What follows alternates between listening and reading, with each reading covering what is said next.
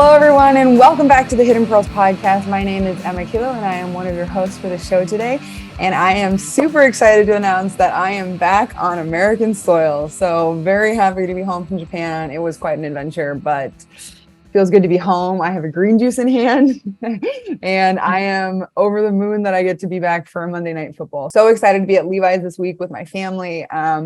And yeah, just to get the ball rolling on all things we have coming for you guys this year. On the show today, we have Pops and George talking about what happened in Denver, what things are looking like in the game versus the Rams. We're talking about mindfulness, new wine, new movies, and something that we like to call the Hidden Pearls podcast search. So if you guys have anything on that, please let us know. And then the second part of our show, we have Navy veteran and Hidden Pearls podcast friend, Andi Ward. Andi, this is such an incredible interview, and I'm really sad that I wasn't on for it, but I'm so excited for everyone to hear this story. Andi is a longtime homie and friend of the Hidden Pearls podcast. Both me and Pops and even Mom, we got to go on some really cool adventures with her over the summer. And I actually have so many Hidden Pearls podcast shorts that we have filmed with Andi from this summer. So this whole week might just turn into an Andi appreciation week. So definitely stay tuned for that. I have 2 different shorts filmed from a Hidden Pearls podcast, or from a MVP huddle that they invited us to in LA. And then also from when we're all together at the Sweet Bow Mustang Ranch, which you guys don't know about yet, but you will soon. So very excited for all of that and just to release everything and to show you guys how incredible Andi is. It's a very powerful story of resilience. So this is a little bit longer of an interview, but we ask that you give it time and space to breathe, because it is a story of such strength and courage through trauma, addiction, recovery, and finding her tribe through MVP and living the incredible life that she has today. I love how Andi talks about using joy and following her joy almost as a North Star for healing, as she learned how to trust herself and trust others as she rebuilt her world. So stay tuned. We have a super great show for y'all today, and let's get it rolling.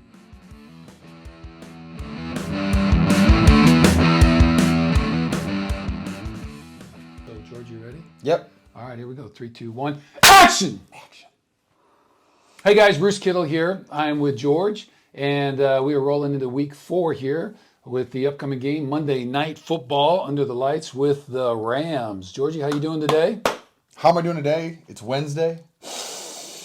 Week gets pushed back a day because this game's not till Monday, so our first day of practice is tomorrow. Got an extra day of recovery. Feeling good. You know, body's doing well. Felt good to be back out on the football field. Excited about the next game, Monday Night Football. The only game the whole day. Everybody's watching. Sheesh. Should be exciting. Check your pulse. Check the pulse. Okay. Well, before we get to those exciting events, how about a quick update? Last week, we had the great privilege of hitting Monday Night WWE Raw in San Jose. Ho, ho, ho, ho, ho. So you got to meet backstage. We all did, with a couple folks. We did. We met Bailey and The Miz. Pamela, yeah, her true name, Pamela. She said that. She revealed her secret identity to us. And now we're ratting her out to all of you. Yeah, we shook hands and She goes, "Hi, Pamela," and Jan goes, "What?" Anyway, it was kind of weird. So we've all bought into that alter ego stuff. She's incredibly nice. She's wonderful. Thank you, Pam. And how was your time with the Miz? Miz is awesome. He's excited. He's a diehard Browns fan, and he's definitely pumped for them winning some games and loves their rushing attack. So he's excited for it, and he asked me plenty of fantasy football questions, and I lied to him about all of them. Yeah, excellent. So anyway, you've heard it here first, official invite to The Miz to be on the show. What about Bailey? We'd love to have Bailey. We'd love to kind of Bay Area legend. Yeah, we'd love to, because she's local, and we'd love to have that when she's not here now. But anyway, she's from this area, yeah, San Jose. So anyway, we'd love to have them, and maybe a shout out to your buddy, Mr. Seth Rollins. Seth. Colby. What's up, Colby? What do you think, guys? We need a little bit of WB influence on the Hidden Pearls podcast, so we're going to shoot for that. So anyway, we had a great time, and as always, the WB folks do a great event. It was really fun being backstage, so our thanks to everybody that hosted us and took us around. It was really fun. So, yeah, and we met Mr. Looney, center for the Golden State Warriors, who's also a WWE fan and also very tall. Very tall. Very kind as well. So it was a pleasure seeing him, and they start their season up. I think some of the Warriors players are going to be at Monday Night Football. Keep your eyes peeled. keep your eyes peeled. So we'll get rolling. So, all right, we've been doing a little bit of a college NFL review. Ooh. So this last weekend, Iowa, now 3-1, had a victory over Rutgers, 27-10 on the road. That was big for me. That was. I know some Rutgers guys. That was big for me. Tyler Croft, thank you for your donation. Mohamed Sanu, thank you for your donation. You guys are great. Yeah. Thank you for supporting us. So anyway, Iowa defense again played huge, scored 14 points with a pick six and a scoop and score and a fumble. So Special teams probably did really well too. Shout out LeVar. Yeah, LeVar and Coach Phil Parker. So we appreciate all those guys. Next week, Hawks host University of Michigan, who are 4-1. They defeated Maryland last weekend, 34-27 at home. And the Hawks are 10.5-point underdogs at home against the Big Blue. What do you think of that one? Well, I'm pretty sure it's a night game in Kinnick, isn't it? It's a night game in Kinnick. Well, that's where top 5 teams go to die. That's what Coach Harbaugh from Michigan Wolverines just said in his interview. Yeah.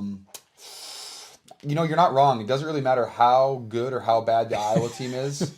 Doesn't matter. But a night game in Kinnick, it's going to be a good game. Yeah. Especially against Michigan.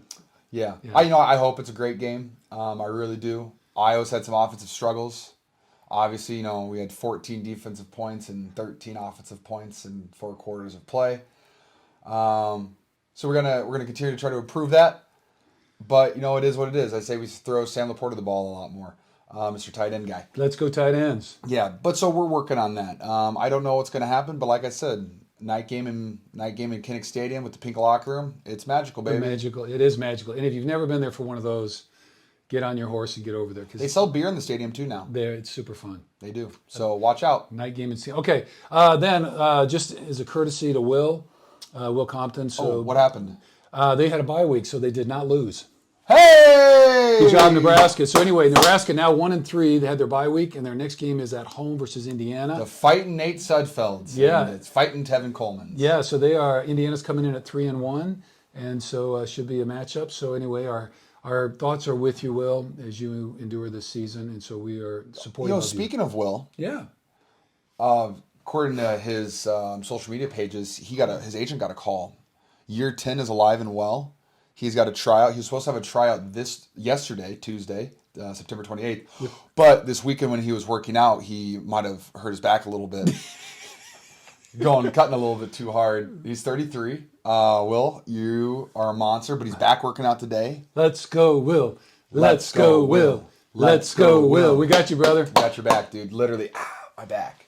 We got you. All right, well, good luck with that. We hope to hear more about that. Okay, then NFL, a little back last week. Nfc West, we're going to do that first. So the Rams lead at 2-1. Yes, they do. Everyone else in the division is 1-2, so everything's kind of still wide open. Yes, it is. And we still play everybody. So we already beat Seattle, so we got a shot at that. So all good with that. We'll continue to watch that. Last week, any surprises? I had a couple down for me. Colts beat the Chiefs 2017. That was their first one. Yeah, DeForest Buckner going off. Yeah. Dolphins beat the Bills 21-19.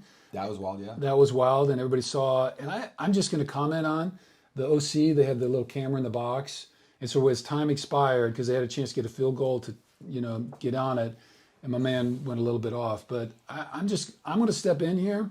I'm a mindfulness guy and try not to lose my temper too often, but occasionally. Yeah. What are your thoughts? I think we need to be a little bit more, give the guy a break. The pressure on the NFL guys, everybody, but you put all that time in and you grind like that and you're away from your family and you do all those things. And then when it comes so close and you had a chance to get a field goal to get a win and you take a loss on the road like that, it's tough.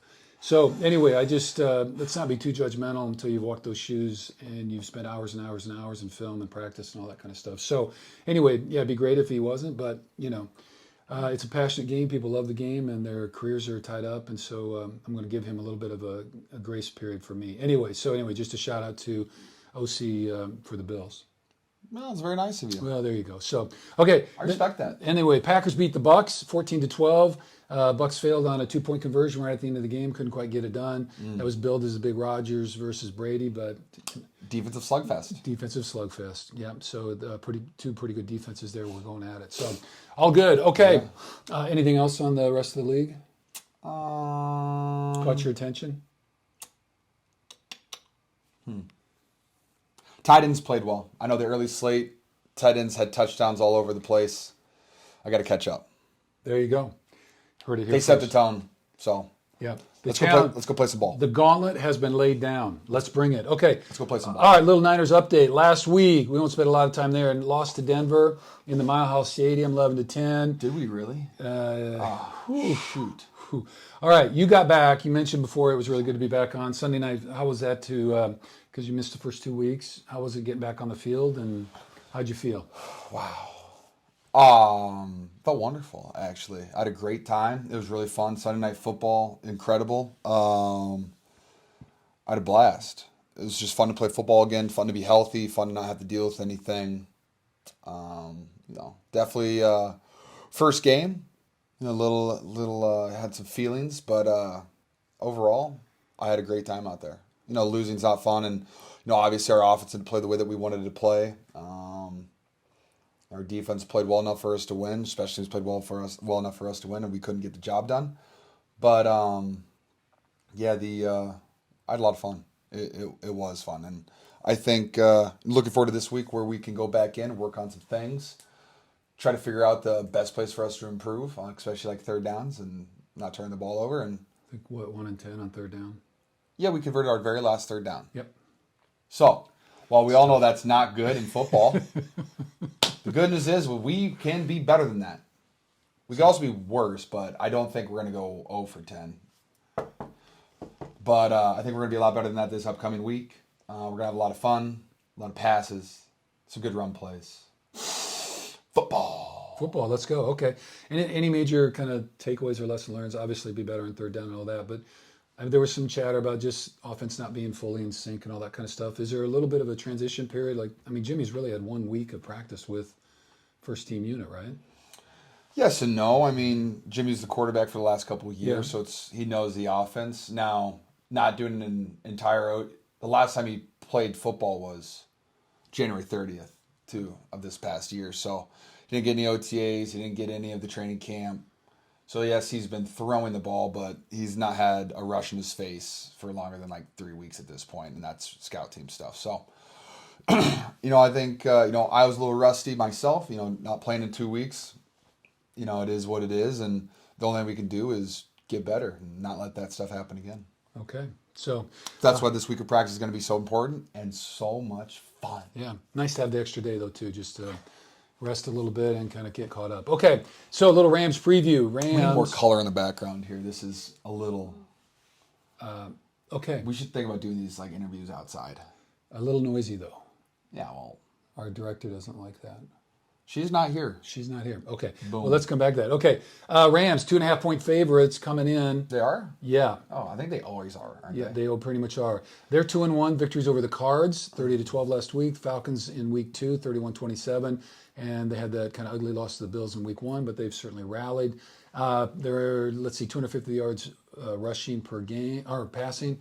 Cooper Kupp's still playing really well. Yeah, 93 yards per game on average. Oh, and sack attack with the Niners and the Rams, both pretty good. Yeah, so they're only rushing for 72 yards a game, so that'll be an interesting thing.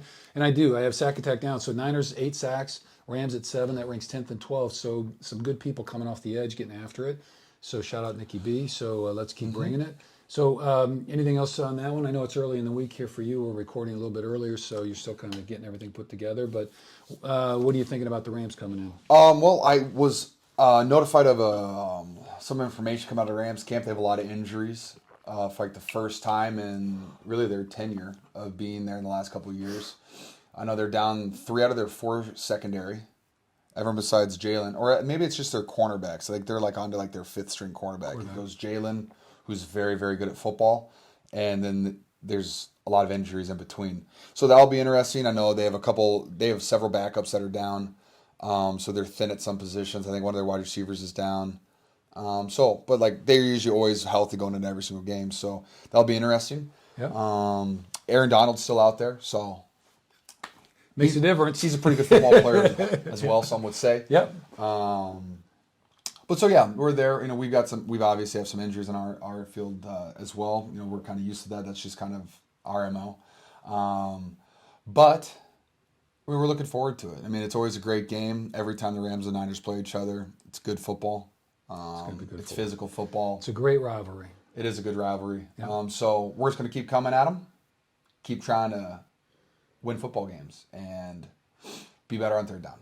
Yeah, well, the great thing about this, because it's so early, I mean, you guys win, then you're tied with them for first in the league and off and running, and you're right where you need to be in the West. So let's get her done. Okay, well, we'll look forward to more on that, and there'll be a lot coming out. So, all right, we got shoes, food, wine, movies, and Deanie. Anything you want to pick there? Let's see, Deanie. Deanie, how you doing? Yep, she's good. Snoozing? Okay. Deanie's great right now. Okay. Deanie's great. What's the other one? Movies. Okay, let's see. What did I just watch? Well, I just caught up on the new Star Wars show, Andor. It's kind of like a prequel to Rogue One, the movie. You know, like when they get the plans of the Death Star. Yeah. Big Star Wars guy over here. We want to see everything. I love everything. But, so that's a prequel to that. So like the main character, the guy from that movie, which I can't remember his name is, but it's like Cassian in the movie. He's the main character, and it like shows how he gets into being a rebel. So that's been pretty interesting so far. They released 3 episodes. I enjoyed that. Catching up on Lord of the Rings, the TV series right now, and it's gotten less cheesy and better. And I'm a huge fan of all the kingdoms and stuff. I think it looks really cool. Let's see what else I just catch up on. The Dragon Lady? Game of Thrones. I'm 1 episode behind. I've seen it. Shusha, you're grounded. But I know it's about to jump 10 years, so I'm looking forward to that. And I'm on 2 other I can't TV believe shows. that. Oh, I won't say it. Stop it. Another one I'm looking at, Reacher, which is on Reacher with old Thad Castle from Blue Mountain State. Jeez. Yeah, it's aggressive out there.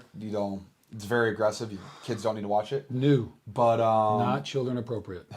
I'm enjoying that one as well. Wow. And what was the other one? Oh, SEAL Team, which comes out on Sunday nights. Good friend Max Thoreau. I feel like I always pronounce your name wrong, Max. Sorry. But it's SEAL Team's great. Just came back for season 6, I believe. Just finished episode 2. Awesome stuff. They do a great job of both showing the action overseas, what it's like being a SEAL team, but also the stuff that they deal with at home. And I've really enjoyed it so far. And great acting, great action, great storylines, good plot. So I've enjoyed that too. And some of you might be saying, George, wow, you watch a lot of TV. Yeah, George. How do you do that with being a professional athlete? So when I do get home at night from a long day at the office, I have to do a bunch of recovery things so my body's ready to go the next day.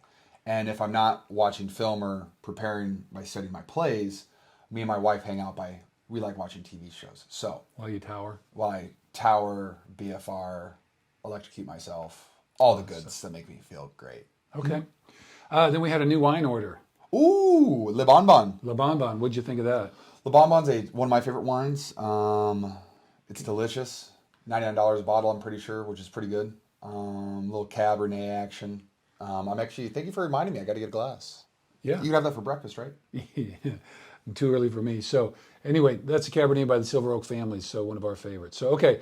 Then, little mindfulness mental health update. So if you guys have followed my Mindful Mondays, we work on that. And again, just a reminder, okay to acknowledge when you're not okay. And remember, It's okay to not be okay. because It's totally fine. You don't have to always be like, hey, I'm fine. like we know I'm not okay most of the time. So For example, let's just say you have a bad game or you do something that you should have done a lot better. You didn't hold it up to your own standard. You didn't play at a high level. You didn't do your job at a high enough level. You feel bad about it or you let somebody down. While you don't have to tell everybody that you're going to be fine, you're going to be okay. It's okay to be upset about it. It's okay to not be okay. As long as you are okay with trying to get better at it the next day. yeah. Or not even the next day, but sometime soon. Just try to continue to be better. And don't just be okay. Don't be okay with not being okay. Right? Well, there's the performance side and there's the mental health side. See, So on the mental health confused. side, if you are feeling a little bit anxious or stressed and all that kind of stuff, just acknowledging it, holding space for it, and and just being okay with being in that spot. And on that side of things, being able to talk to somebody and say, hey, I'm a little stressed out, or this didn't go as well. I'm really disappointed about what I did or not did or whatever.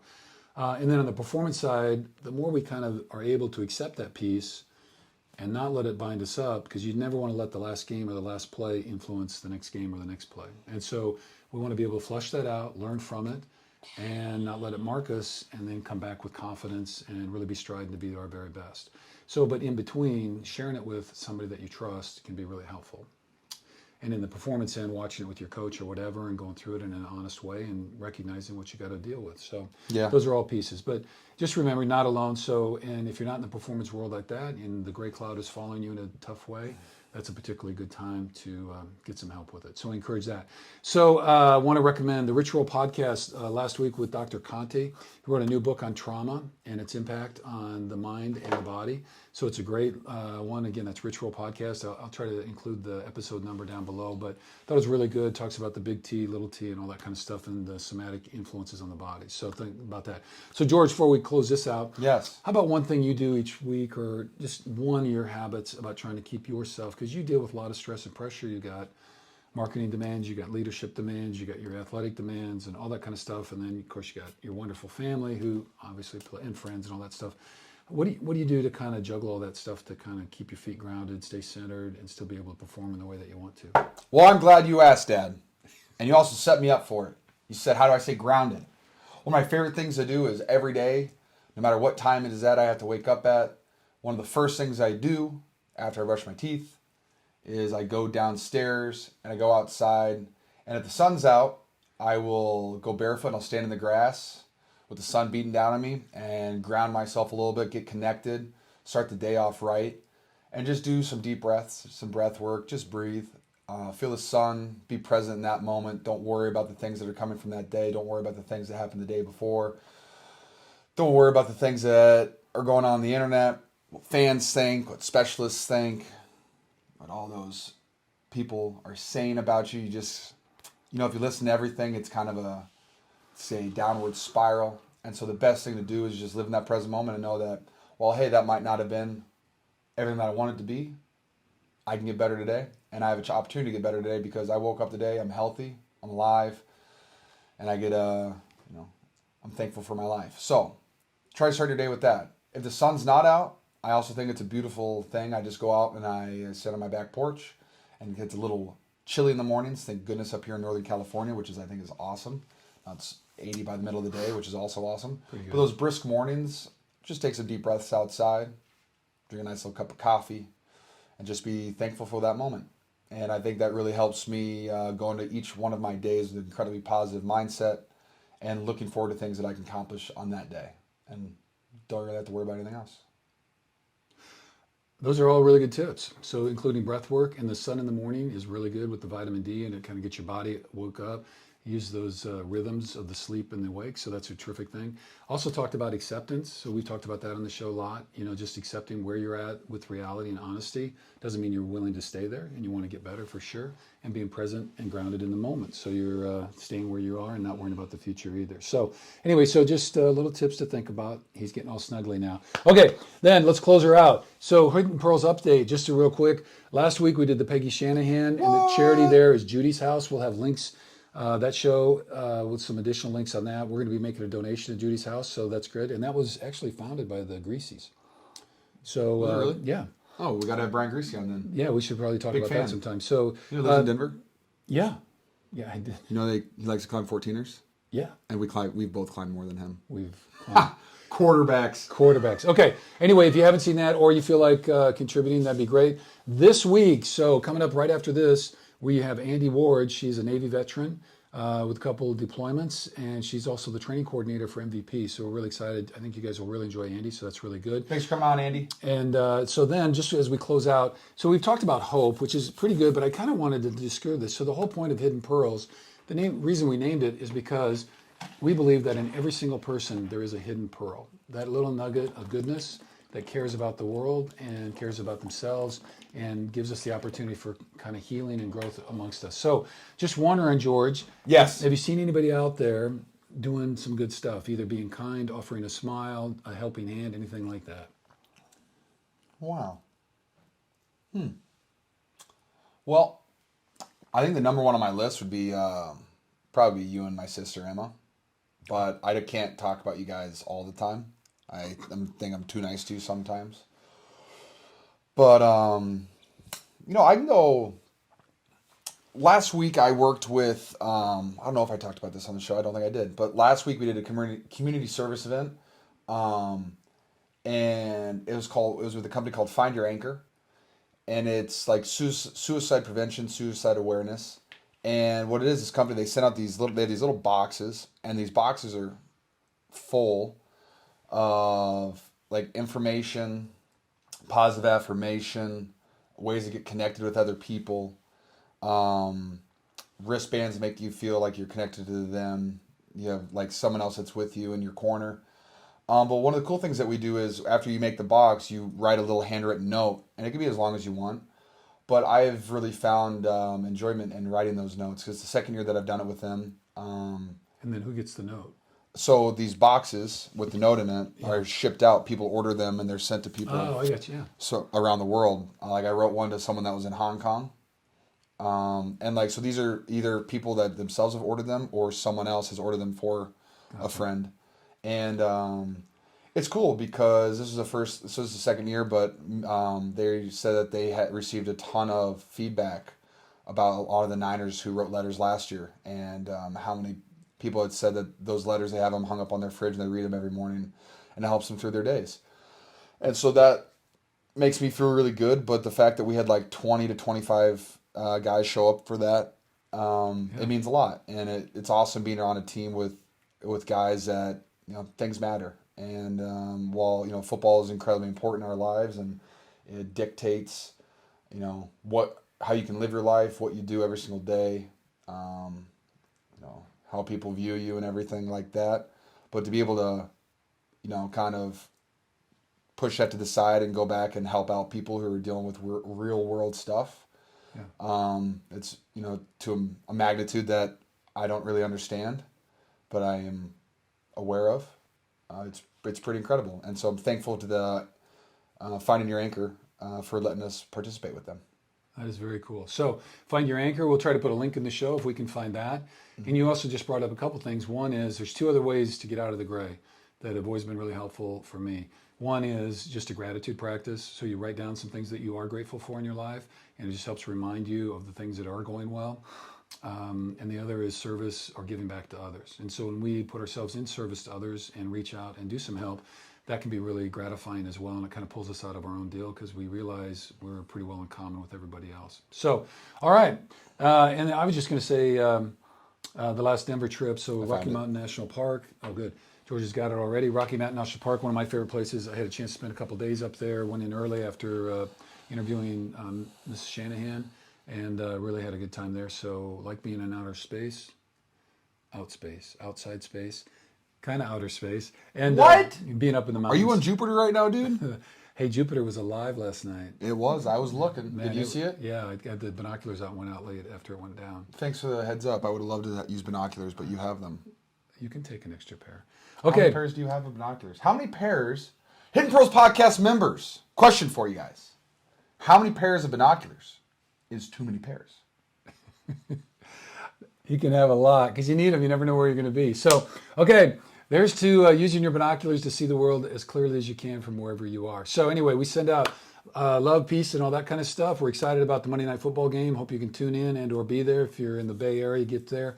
And we'd love to see you and all that. Any comments? And if you get a chance, hit the button below and give us a little bit of review and or a comment. We'd love to have that as well. George, any last thoughts or words for the week?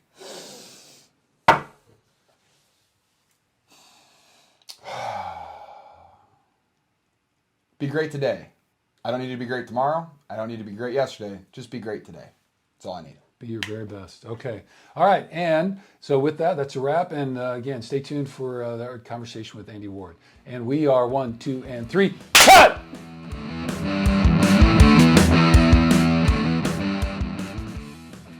Woo. Okay. So we are live. All right.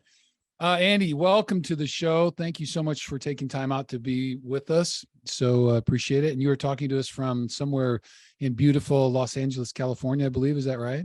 Yes. Yeah. So excited to be here. All right. Well, very cool. So thank you. I just can't help it. So you got the MVP shirt on and I got one of those, but it's got the big B on it. Is that like having a C for captain or like what so we work a lot with Bellator. So it's for Bellator. Oh, and you better tell a word for Bellator. So what is that for people who don't know what Bellator is? So Bellator, so emerging vets and players, we bring together combat veterans and former professional athletes. And so a lot of our athletes are fighters. So we work closely with Bellator, which is like the UFC, but it's just a different fighting group. Fighting group, yes. I will say every live huddle I've been to, I get boxing gloves on and we're swinging and kicking and doing shit. So like I've never done so much boxing in my life. So it's pretty cool though. Really kind of makes me wish I was closer to a live huddle because I would kind of do that because it's kind of fun to bob and weave and, you know, throw punches and stuff. So it's a pretty cool deal. So, okay. Well, we're going to come back to that. So let's see. So all right. We like to do a little getting to know you thing first. It's just kind of corny. So we'll kind of toss all that kind of stuff out. And thank you for introducing. I think most of our audience knows Emerging Vets and Players because it's year 2 for us. And we've done a lot of veterans and talked a lot about MVP, but we'll do some more about that. How about what is one thing people might not know about you that you are willing to share? Well, since we're kind of on a football podcast, I don't watch a lot of football, but I love to play football. So when I grew up as a kid, I'm from Nebraska, so there's not a lot to do. So we all play pickup games of whatever we can get our hands on. Right. So two-hand touch football was my jam when I was a kid. And then when I was in college, I got to play on a couple adult leagues and we were champions 2 years in a row. So that was a lot of fun. All right. And college was that also Nebraska or where'd you go for college? No, so it was not associated with the college. I just happened to be in college. So this was a few years ago. It's an adult league out here in LA.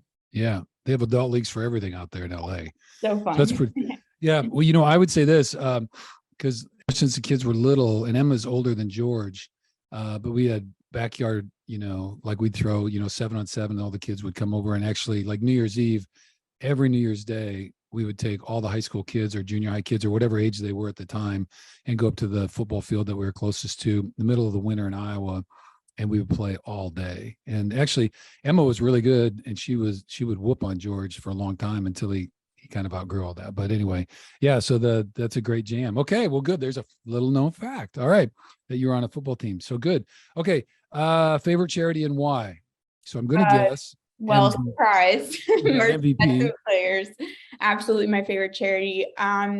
Just because I've found a home with them. They're my team, like being in these huddles with these amazing men and women and hearing their stories and just realizing that everyone struggles and everyone is putting in the work to overcome those struggles. It's such an incredible group to be a part of, and it makes me grateful for every day.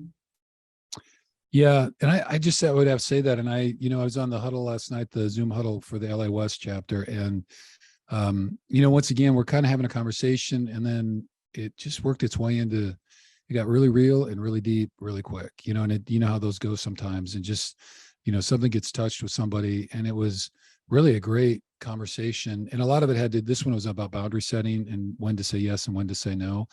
But it really triggered some stuff and we had a great conversation and just, even if I haven't been hit too hard by it, although just about everybody has, I think, it's still great just listening to everybody's perspective and how much insight and wisdom there is on the call. So they really are pretty amazing. So, okay. So then, and you will have an opportunity to confirm that, but so we do a donation to that charity selected by our MVP veteran each week. So if you want that to be MVP again this week, so that'll be 3 out of 4. So that's pretty consistent with our MVP crew. But anyway, it's all good. Okay.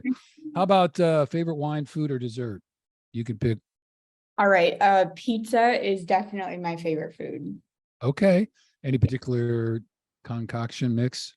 I do like pepperoni. There's so many great pizzas. But yeah, pepperoni and sausage, pretty delicious. Okay. All right. Good at that. And then either a favorite movie or a book you've read recently that you really really enjoyed? There's so many great books. I love to read. One that I just reread was what was it? What Happened to You? By Dr. Bruce Perry and Oprah Winfrey. And it's just such a good book. It talks about childhood trauma and how that affects how we are now. And working with MVP and being the director of training, I get to read a lot of books and try to synthesize the material for MVP. And so it's really cool because I love to always be learning. Yeah. Well, cool. And yeah, and actually we talked about one on the show with George, because we got into a little bit of conversation about trauma. Dr. Conti, I don't know, but he was on the Rich Roll podcast just recently, but he's got a new book out on trauma, and I can't remember the exact name, but I can send it to you. But really great conversation about that. He's had a couple, the last 2 weeks have both been around the trauma issue and growing up and the impact on us. So, well, very good. Okay. Yeah, and that's what, and actually on the huddle last night afterwards, I was talking to Dustin. Dustin is our new LA West Zoom, because he took over for Nick because Nick was East Coast. But anyway, that's all detailed talk nobody wants to hear about. But we kicked around a few books, and we were talking about the possibility of creating kind of a book of the month. Yeah. Just for that particular huddle, Yeah. and people could read it, and then we designate one of the conversations per month to kind of just debrief the book a little bit and see what people got out of it. So we're still in conversation about that. I don't know, that may be outside the boundaries set by the director of training and all the things that you do. So we can talk about that more. So, okay. How about a favorite vacation spot and or activity? So a few years ago, I got to go to Cozumel for a week with a diving group, a veteran diving group, and that was amazing. So my all-time favorite vacation. I actually did. I shouldn't say all-time. I went to Ireland this year with my siblings. I was going to say I knew that had happened. Yeah, that was pretty amazing too. So just having the opportunity to travel is pretty awesome. Yeah, fun to have that back, or at least to feel like you're moderately safe in doing that. Yeah, we were just down in Cozumel again with Diving with Heroes in June, and it was that's my third visit there for scuba diving, and really, really amazing. So, okay, well, we'll get back to some of those other activities. So, all right, you are definitely what we like to call a hidden pearl. And so people are hidden pearls, and we think each person has a hidden pearl buried within them about their good nature and their compassion for humanity. And you are certainly one of those people. You have impacted a lot of people along my trail into MVP. So I'm really excited to have you here. So you already mentioned that you grew up in Omaha, Nebraska. So my dad grew up in McCook, Nebraska, or tiny little, actually Hayes Center. Total population of 82, I think, or something like that. It's, they only have one paved road and all that kind of thing. So they're way out there. But so tell us a little bit about growing up in Omaha, Nebraska, and you and your family, second oldest of 8 siblings. Yeah. Okay. So just how was all that? But it doesn't seem like you stuck around too long, graduated, and then you hit the road. But how was all that? I had kind of a strange childhood.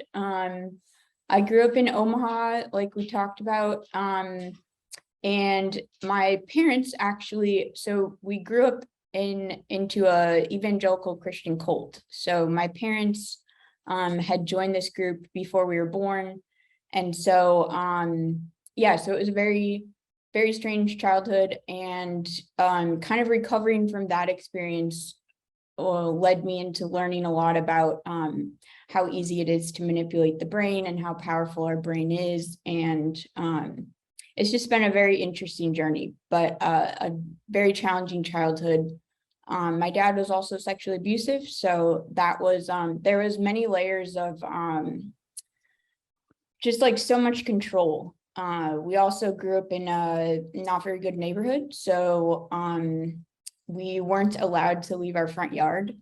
So we were homeschooled and kind of confined to the house most of the time. So it was a very restrictive childhood. I'm super outgoing. And so that was a real challenge for me to be put into, box upon box upon box. And so as you can imagine, once I was able to free myself from that situation, I kind of flew the entire opposite direction of the pendulum. So yeah, and that led to like a lifetime of learning about trauma and its effects, and the challenges that come with that, but also the amazing capacity for growth, and just to deeply understand different aspects of the human experience. Obviously, you can just have so much empathy, for people. And it's, a lot of what we do at MVP is it's a peer support community. So right. we're doing is we're walking alongside people as we go through this journey we call life, you know? And so having gone down a very, very dark, very challenging path, and then taking the steps to come out of that, it's so rewarding for it all to kind of come full circle. Indeed. Well, one, I want to say thank you for your willingness to kind of share that, because I know that's not easy. And I've been in a couple groups with you before where you've talked about that, but I know that's super difficult. So both the kind of cult stuff and the other issues that you raised. So just again, thank you for sharing that. And, and I think it just, what you said about that is, walking side by side. So it's like nobody's telling anybody what they have to do, or, nobody's got like the answer, but having a conversation with your peers. And the MVP group by itself, kind of the way the vets are mixed in, and then you sprinkle a few athletes in. There's just a commonality there. They're used to kind of performance and pressure and those kind of things, and they've all transitioned from being in uniform and then to not, and then trying to kind of walk that together. And I think one of the things I've learned, and I think Susie talks about this, is really both of those experiences, whether it's athletic or military, they kind of throw gas on the fire of whatever we bring to those experiences from our youth, our childhood, or other life experiences. And so everybody's got a few things going on with them, and then you get it pushed through the pressure cooker of those different experiences. And then when you come out, everything's just a little bit amplified.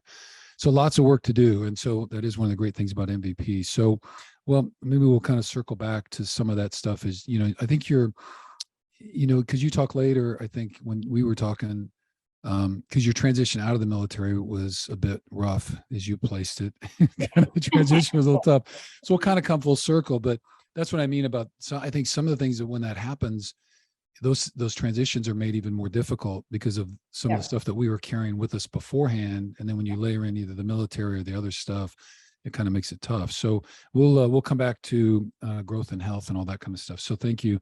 Okay. So then I got journey into fitness. So I always think of life as a journey. So we're all on these different paths. And I guess so you've got a BS in kinesiology and loves fitness to being active. So was that all post-military, or was that part of your education before you went into the military? Yeah, so I actually always loved fitness and I wanted to be an athlete, but in the cult, they didn't want you to have any relationship with people outside of the cult. So of course they wouldn't want you to be part of a sports community because, then you're going to become part of that group and not rely on them. So, and then another layer, they didn't believe like women should play sports. So, so I always loved sports and I loved being active. And that was kind of the way for me to shake off the confusing childhood that I had. I remember a neighbor called my mom once and she was like, do you know that she's running around your front yard in circles? And that was what I did when I was upset and I needed to like shake it off. I would just go run around the front yard in circles. So even growing up in this box of sorts, it made me very adaptable, not always in a good way, but whatever I was given, whatever was put in front of me, I can like make something out of it and I can survive with it. And so I think a lot of us that go into the military and often sports kind of have that similar ability to take what's in front of us and just focus on the mission. So yeah, actually, when I was 12, my dad found like a weight bench on the side of the road, just one of those janky little benches, and I found a couple weights. And so I went to the library and got a book on how to lift weights. And at like 12 years old in our basement with like in the laundry room with wet clothes hanging everywhere, I learned how to lift weights. And so it became like a lifelong thing for me, and it helped me in the military as well. Just kind of, there's so many benefits from working out. And so that was my biggest way, because I didn't get into substance use until I was like 19. So that was my biggest way to like feel any sort of happiness whatsoever. Yeah. And so I guess where I was just thinking about that as you were talking was just this notion. Talk to us a little bit more, about what you've learned with trauma, but the connection between kind of mind, body, emotion, and the way in which I mean, I know that's certainly true for me, especially in some of the jobs I've had in the past, kind of high pressure and stress and all that kind of stuff. And so really working out was the only way I could find to kind of calm things down.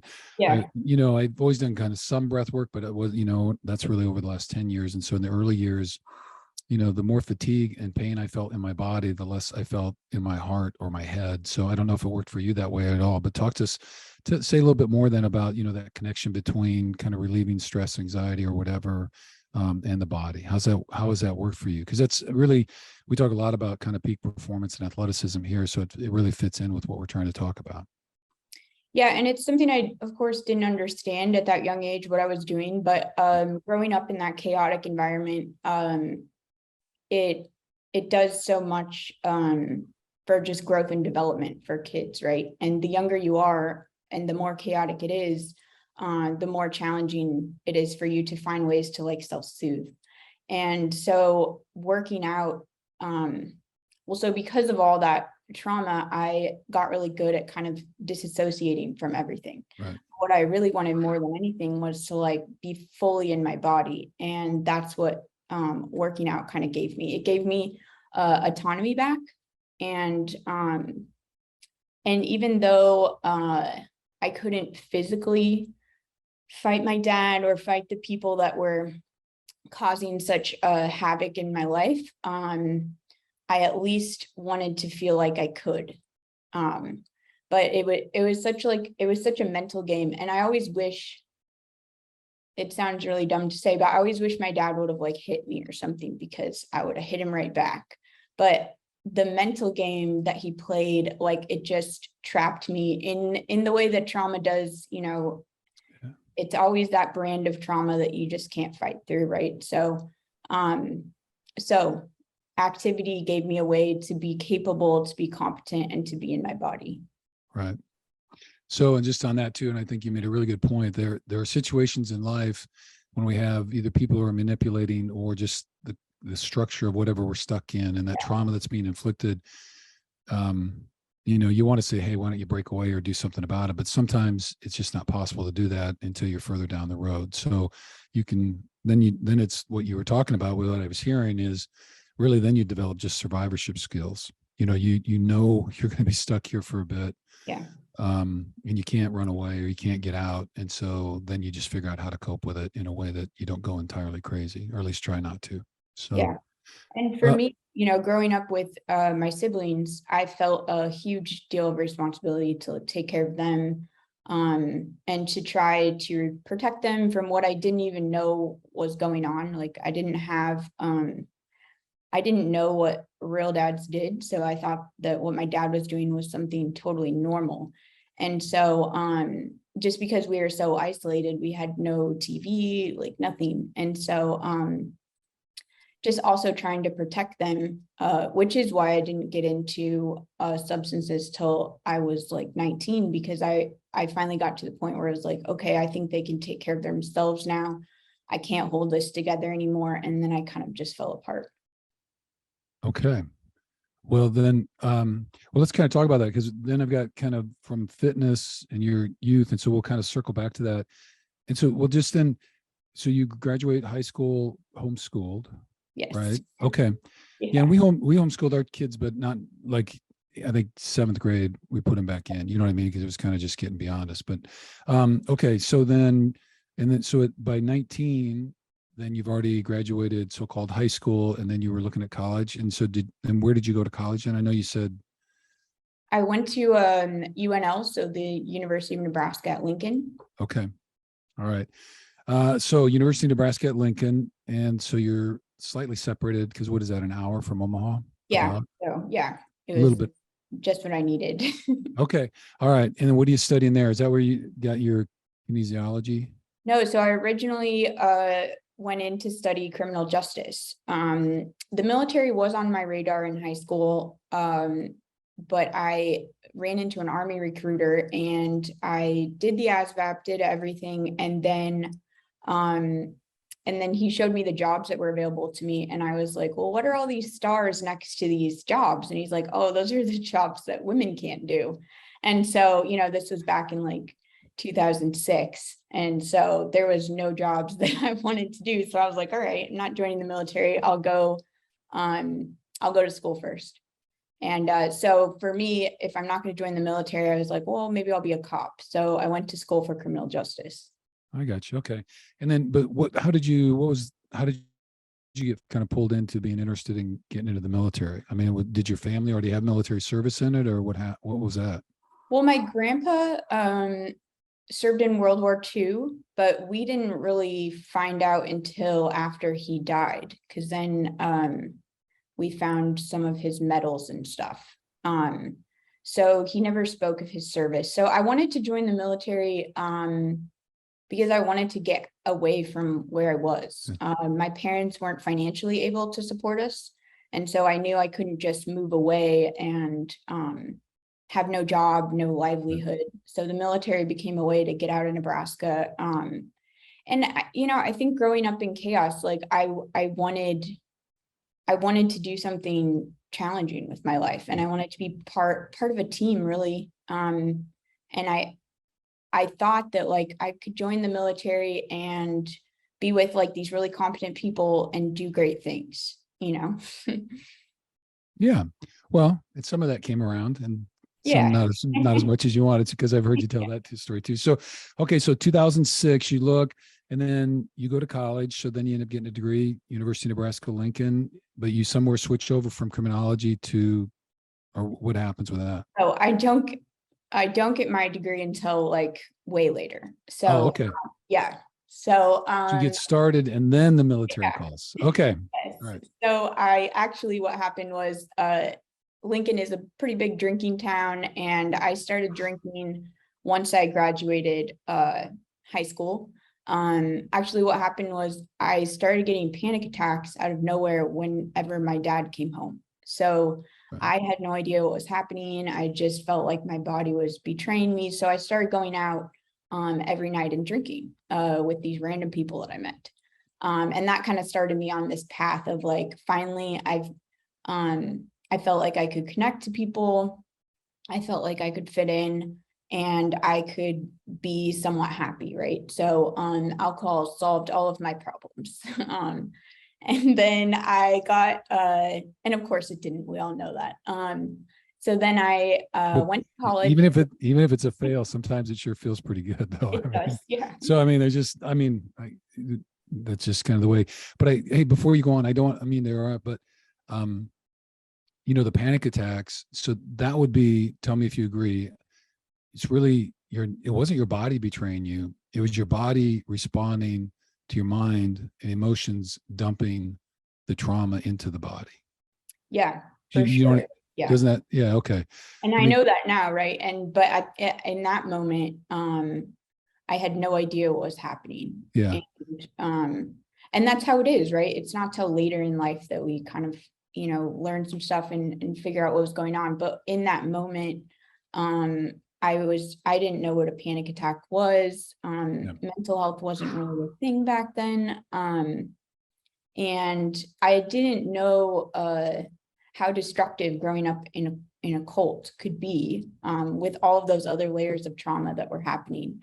But it was that warning sign, right? That my body was like, hey, I've been tamping this down for so long and I can't do it anymore. It's like, I can't carry it anymore. I'm trying. Right? You have to get out of here.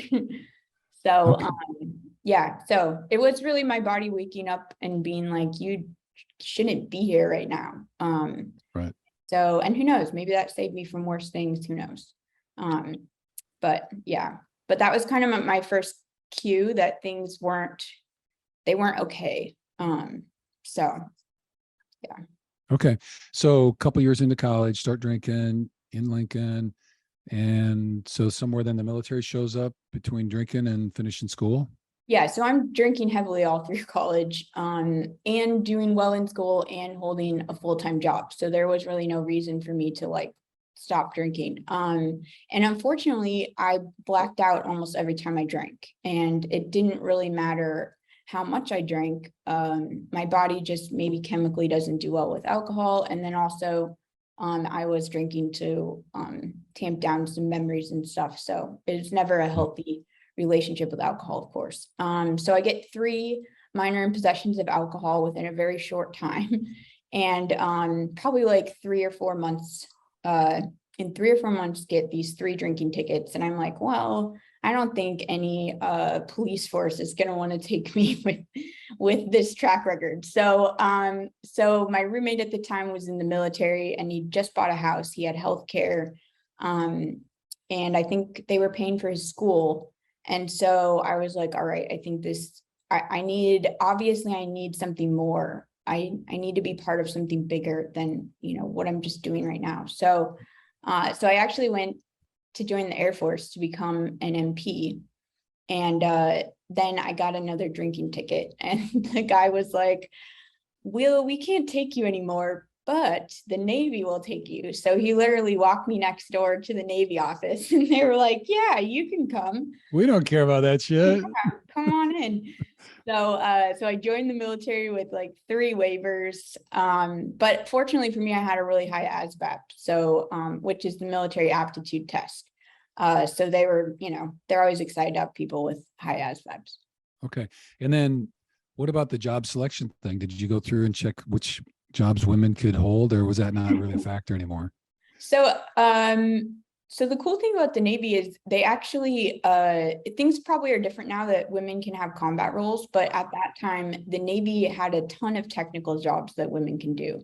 And so I scored really high on the ASVAB in mechanical aptitude, and I'd never done anything with that. So it was like, okay, cool.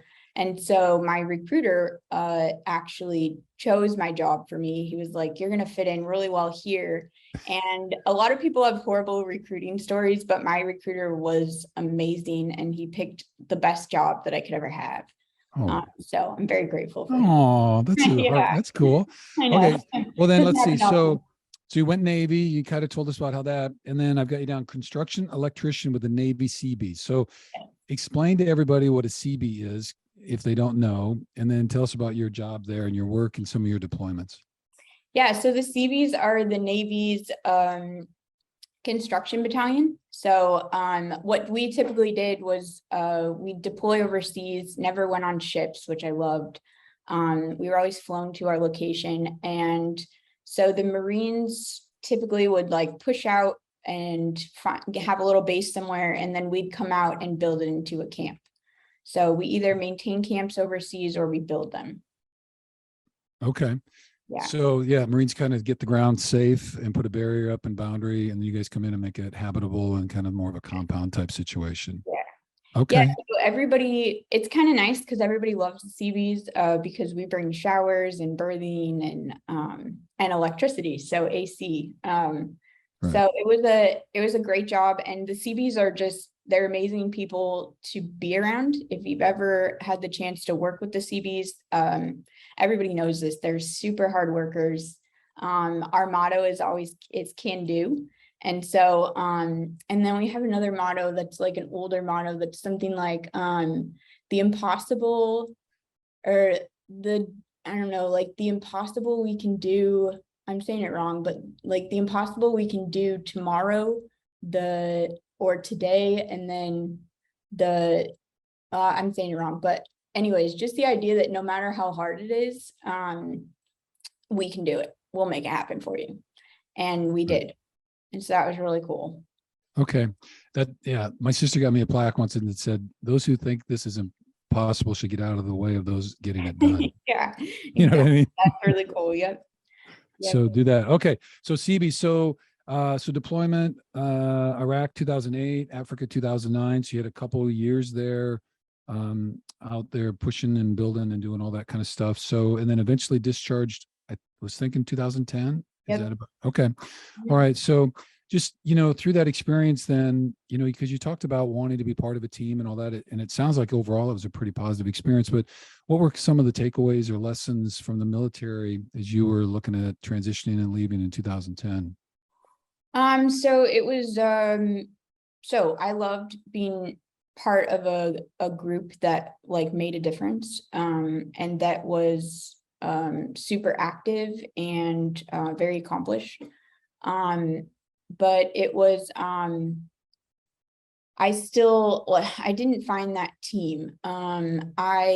In A school, I was gang raped. So like, you go through boot camp, then you get attached to your unit for training. And so kind of right off the bat, I was gang raped by people that I thought were my friends.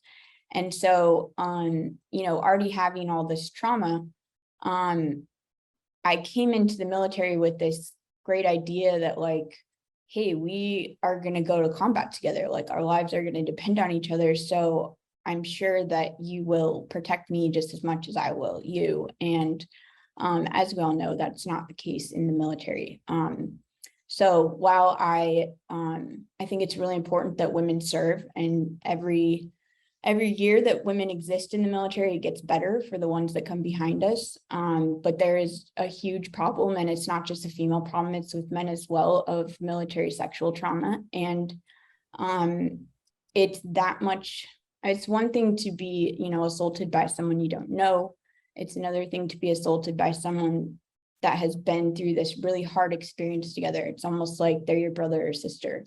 And it's very traumatic. And then to not have a system that supports the people that are being assaulted. And so it creates an environment where you can have these predators come in and just prey on people, and then know that they're really good at their job. So no one's going to say anything because they're mission essential.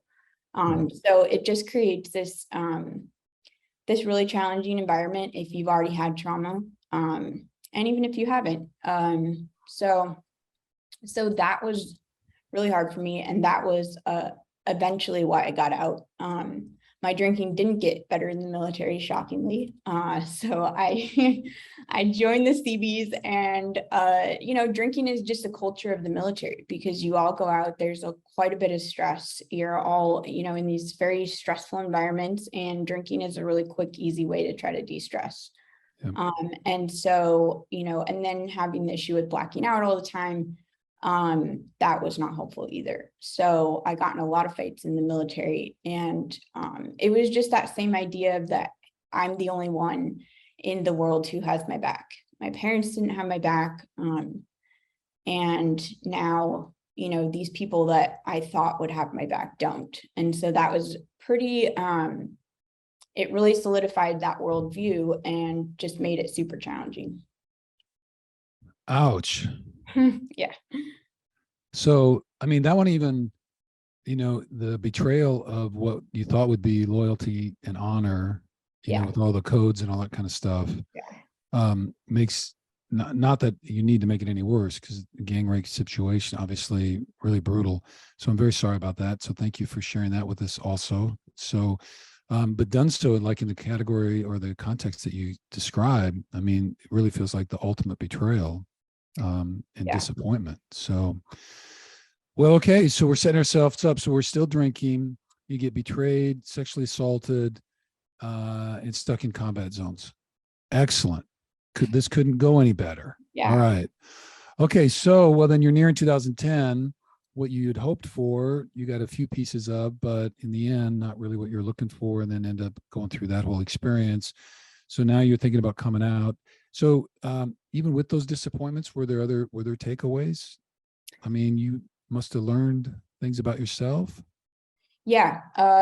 So my favorite thing about the military, and it was such a gift, is that every day we got to do things that you thought were impossible. And in our daily lives outside of the military, we often don't get that chance, right? And so it can really affect our self-esteem in ways that we don't even realize. But when you're out there like living life, and someone gives you this task that seems impossible, and then the next week you're doing it as if it's nothing, like that is a really cool feeling. And to have that experience like every day was pretty incredible. To be out there working really hard and to make a difference was also amazing.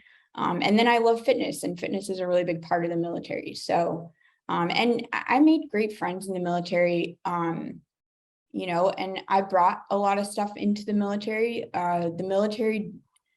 The biggest thing that's hard about the military is that they know that they're recruiting people from difficult situations, which is why you're joining, right? But they don't want to help. They don't want to help anyone who's had previous trauma. So you have to pretend that you came into the military and nothing has ever happened to you. And they tried to give me counseling and rehab and stuff, but it just wasn't helpful because they won't help you work through what happened to you before, because they only care about, you're just fodder in the military. You really are, right? So you just have to go in, do your best, and then when you get out, try to get all the support you can.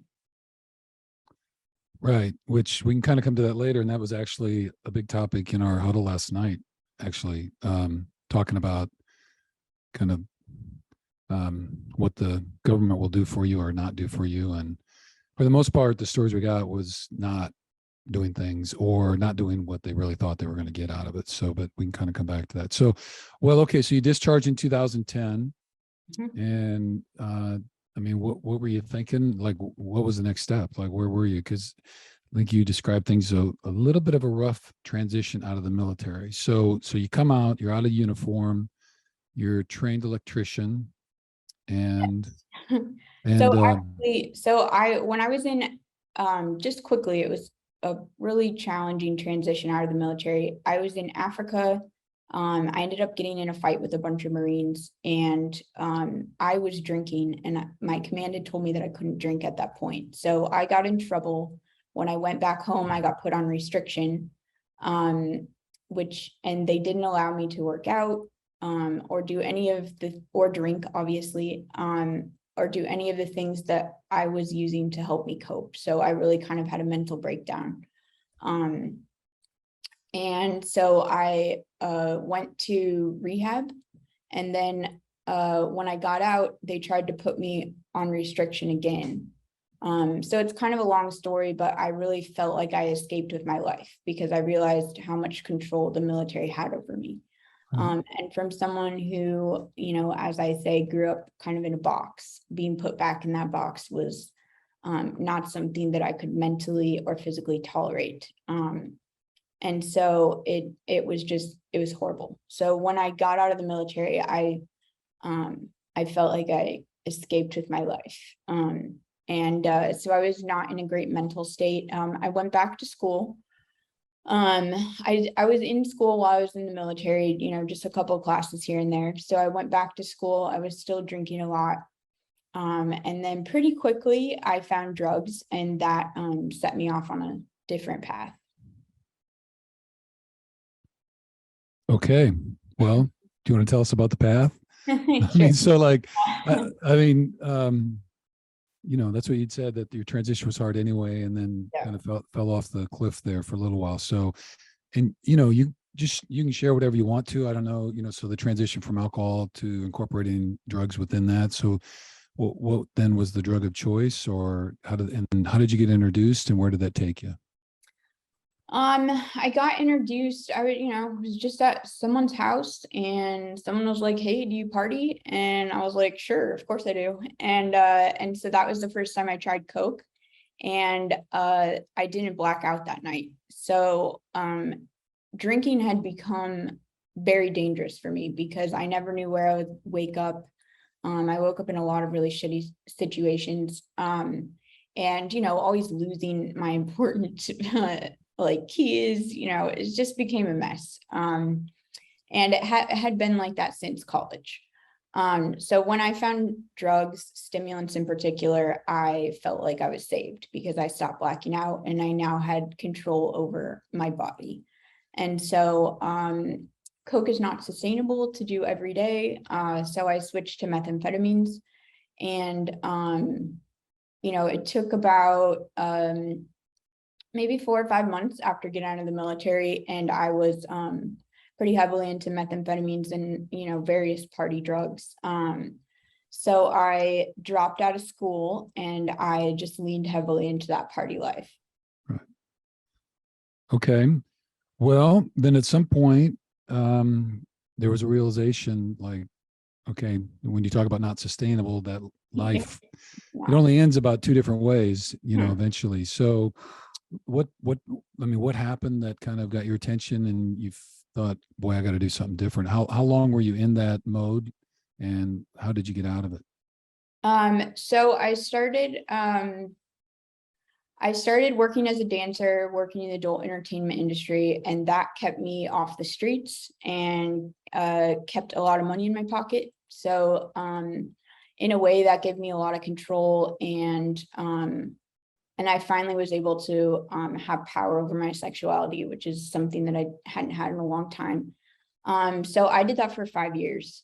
And then I ended up becoming homeless, living in hotels.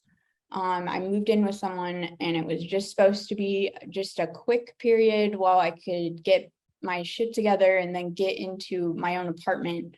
But that ended up lasting for 2.5 years, and he was very abusive. And that was, I mean, my life before that was hard, but I lived in terror every day. And that was like a whole nother level of craziness. And I think, when you're a kid, you can be betrayed by various people and all these things. But once you become an adult, the hardest thing was that I was betraying myself, because I could have walked out of the door at any Right. time. But there was just so many layers of things that I was dealing with, and not everyone is going to let you smoke meth in their house. So the drug, it's really interesting, but alcohol made me very aggressive, and meth pacified me. So I was able to tolerate that situation because I was super high all the time. And then he was just very violent. And so it came to that point that, like, I was in the military. I'm trained how to use a weapon. If I die like this, that's just, it's kind of my fault, because I know how dangerous he is. And so, but I never liked to do anything half-ass, and I knew I needed treatment one day. My thing was always like, all right, before I turn 30, I have to get sober. Because I don't want to be an old drug addict. To be a young one. Yeah, because when you're young, you can still recover, right? But it's not that you can't recover if you're an older drug addict, but then life becomes just so much more challenging for you. And so I knew that this wasn't going to be my life forever, but I needed to find the thing that was going to get me out of this. And I'd been to rehab twice before, and it did not help me at all. So my mom actually sent me a book. There is a orthomolecular rehab in Minnesota, and that just means orthomolecular means like giving you vitamins, and it means like healing your body internally, not just healing your mind. And a lot of people, I think a big problem with the addiction industry, I suppose, is that a lot of people try to attack it as if it's a mental thing, or if you can talk it away. And that is just very challenging. So I was fortunate to be able to go to this rehab. They gave us high doses of vitamins, completely changed our diet, put us on like a really healthy diet. And, when you're abusing your body for so long, you're just missing those, you're missing those vitamins and chemicals that your body needs to produce dopamine, to make you feel good, to help you sleep. I was terrified to fall asleep for years. I had horrible nightmares of being stalked and being and having to fight for my life like every night. So and that was the best thing about meth, is I only had to sleep every like 3 days. Right. And so when I went to this rehab, I started sleeping on the first night, and I never had any withdrawals from meth. And there'd only been a couple times when I ran out of it and I started withdrawing, and it was a horrible experience. And so to be able to be in this environment and to allow my body to heal was like so important for me. And because I like to be so healthy, and that's the thing that has always saved me, is just this desire to be healthy and to work out and to feel good. And so I went to rehab. I unfortunately was still living with this guy. So when I came back, I was, still in his place, and I knew I needed to get out of there.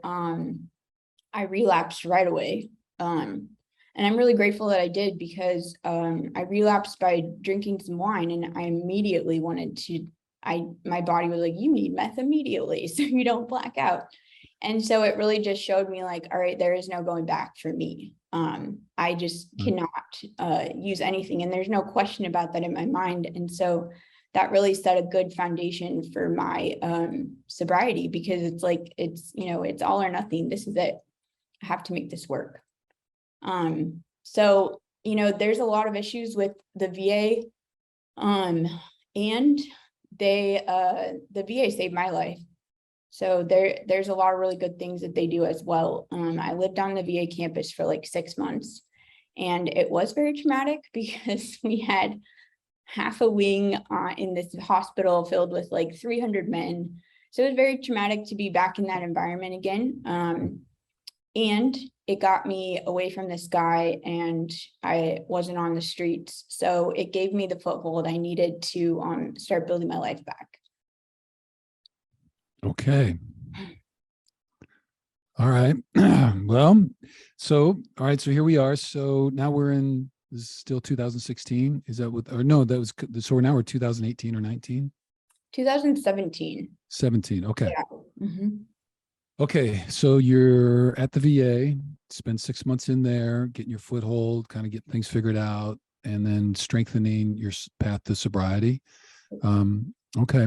And I don't know kind of the VA stuff within that. Was the 12-step program part of that, or like what kind of processes were used in trying to make that transition? So for me personally, I didn't, the the men's program, they have your, addiction track, they have a combat track. For the women's program, you're all in the same thing, because there's only maybe like 12 of us maybe. Right. And so I didn't find sobriety through AA. I think AA is an amazing program. It helps a lot of people. And for me, it felt very similar to the cult that I grew up in. And so, it was like very triggering for me to be in AA. Right. And then also because very commonly, a lot of people in AA will pick up other addictions, like smoking or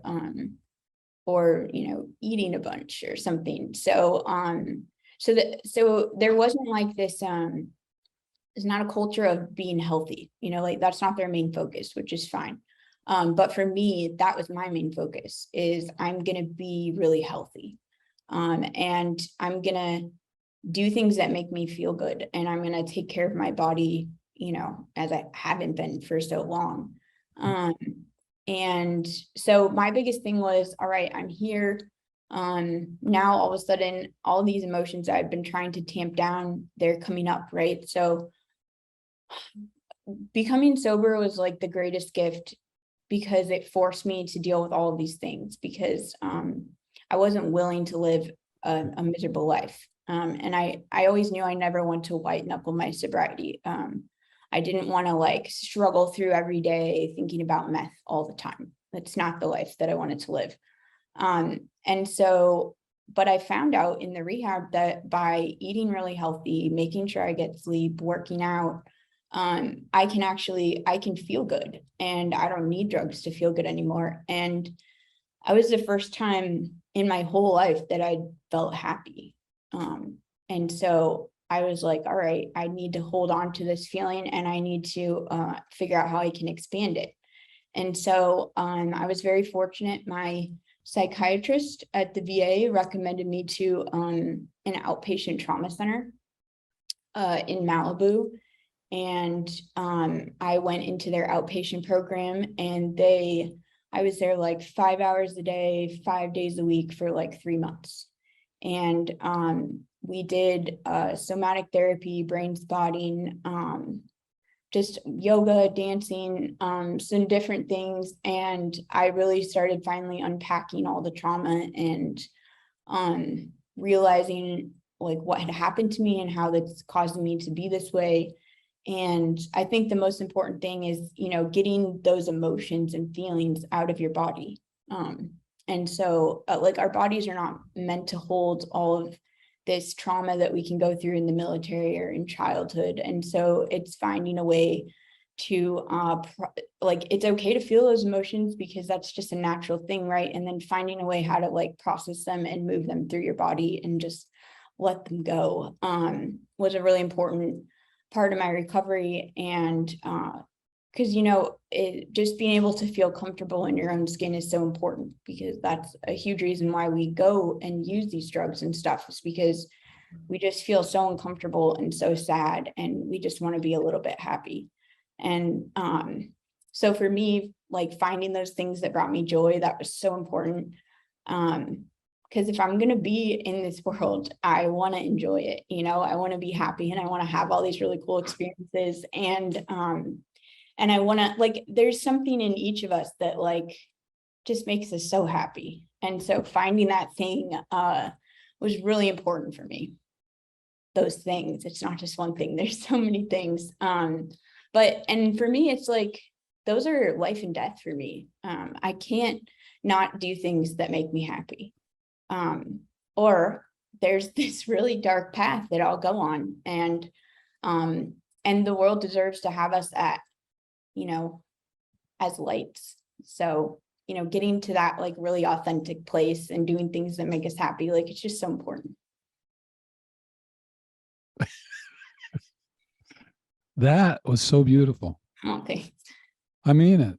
That was such a great, just kind of summary of the healing process and the really the pain of it, the struggle of it, and just the whole thing about going back in. One is just acknowledging that you got stuff to work on, that stuff carries with us.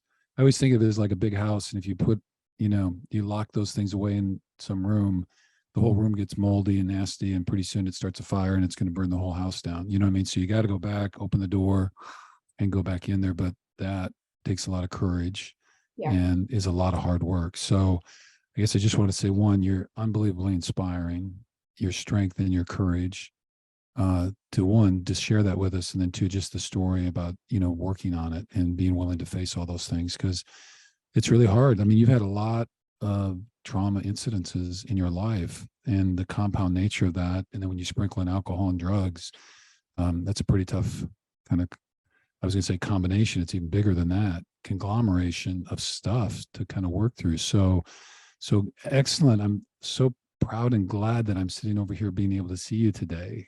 So that's pretty cool. So just a couple tangents there. I mean, so one, just the encouragement about getting help. Yeah. You know what I mean? That it's super difficult to do alone, and then creating an environment.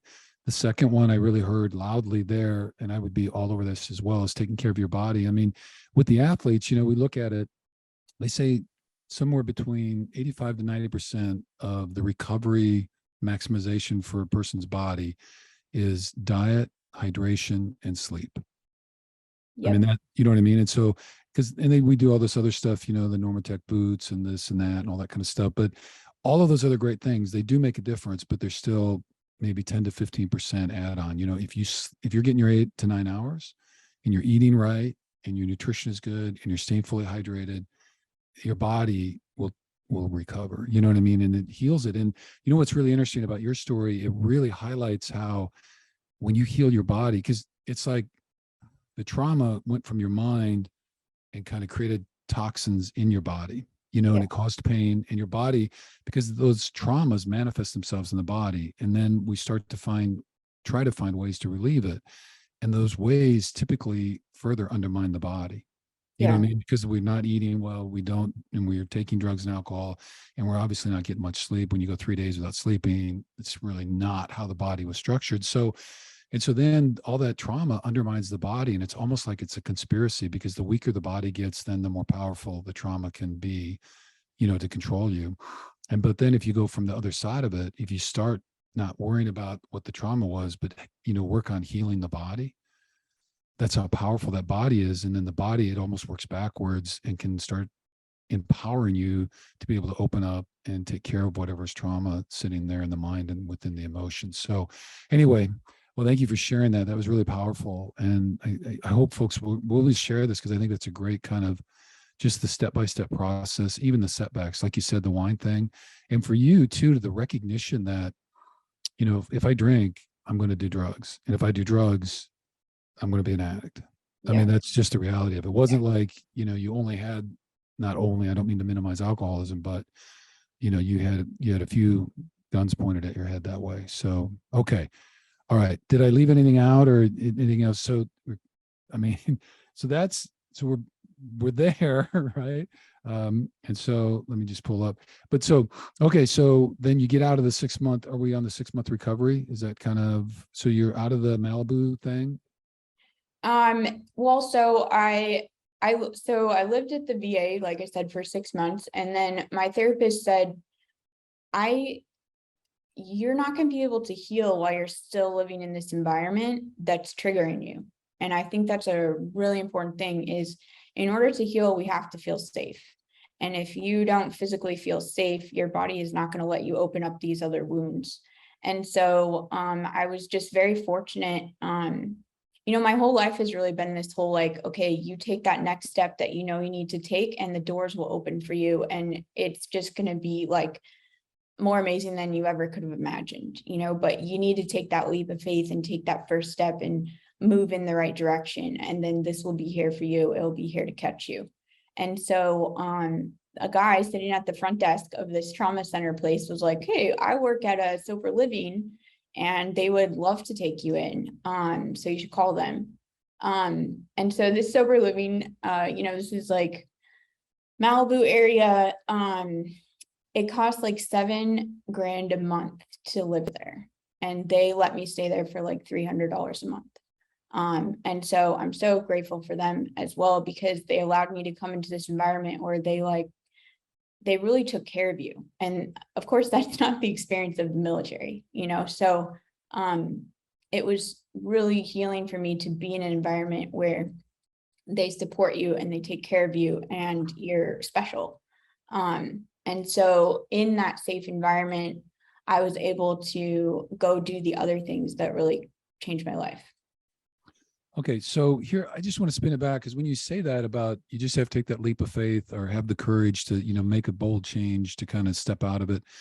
So, which kind of gets us into this notion of kind of, mindset, I mean, like, when you say that, I mean, that's not an easy place to be, like if you've experienced trauma, if you haven't had resources, if you haven't had support, if you've been in addiction, to say, okay, there's the healing path, but it looks like it's a 500-foot cliff I got to jump off of to get there, because you really, for sobriety, it requires often to leave so many things behind, and so, because that environment has allowed you to kind of nurture, the addiction, and to numb things and to do all that, and then to take that leap. So what was it within you? I mean, what was the mindset that gave you the courage and the strength to kind of keep taking these steps? Because like your whole story is one of, with this trauma, then you get back up and you still finish your role in the military, you get back up, you try to go to college, whatever. So you, for some reason, like, what was it? What was going through your head, your mind, your heart that said, fuck this. I'm not, this is not who I am. I'm going to get up. I got knocked down. Sometimes I hit myself and I fell over, but it's not where I want to be. And so what was it? What was the story going on in your head that allowed you to have the courage and strength to keep taking these steps, to kind of, like you said, we're all intended to be this light. And so you have this lighthouse within you that had gotten a lot tarnished for a while, but yet you kept trying to climb back up and, shine off the light so you could shine. So how did you do that? What was going through your head that allowed you to do this? So I really do believe that we all have journeys that we need to take, and that when we're ready, the answers kind of present themselves. So there's a combination of things. It was getting really dangerous to be in that home. And there would always be cycles of, things would be a little better and then he would attack me again. And I just didn't trust him that like the next time I may not make it a lot out. So, so there was a combination of that. Like I could feel that he was getting And he started closing the noose. He started, and the thing that was such a betrayal about this domestic violence relationship was that, like, growing up in a cult, I understand manipulation and I understand mind games and I understand how to trap somebody somewhere. And so I saw him walk me into this trap, and still, because of the alcohol and the drinking and the meth use, I just didn't see a way out of it. And so I came home one night and he yelled at me about where I had been. And I was like, I was at FedEx mailing package, because that's what you do at like midnight when you're high. And he made me call FedEx he made me call them to make sure they were open. And I was like, fuck this. I'm not going to be in this kind of environment where everything I do is wrong. And it was just, the noose was closing. So there was that. So I was very, if I wouldn't have been in that relationship, I may have carried on, using drugs for forever. So I really think that everything happens for a reason, and like we're meant to go on the journeys that we go on. And then also my mom sent me that book about the rehab. And before then I saw no way out. And so my mom sent me this book, my acupuncturist, who I was very close to and who fully knew I was using drugs and was always like keeping my body from falling apart. He sent me this book also. And so I was like, all right. But this place is in Minnesota, and I got the book and read it in February. And I was like, all right, I'm going to wait until like June before I go, because I'm not going to Minnesota in February. So there's a combination of things. But it, I really just think, like, this is hard to say, right? But I can say this fully for my life. Everything happened exactly as it was meant to.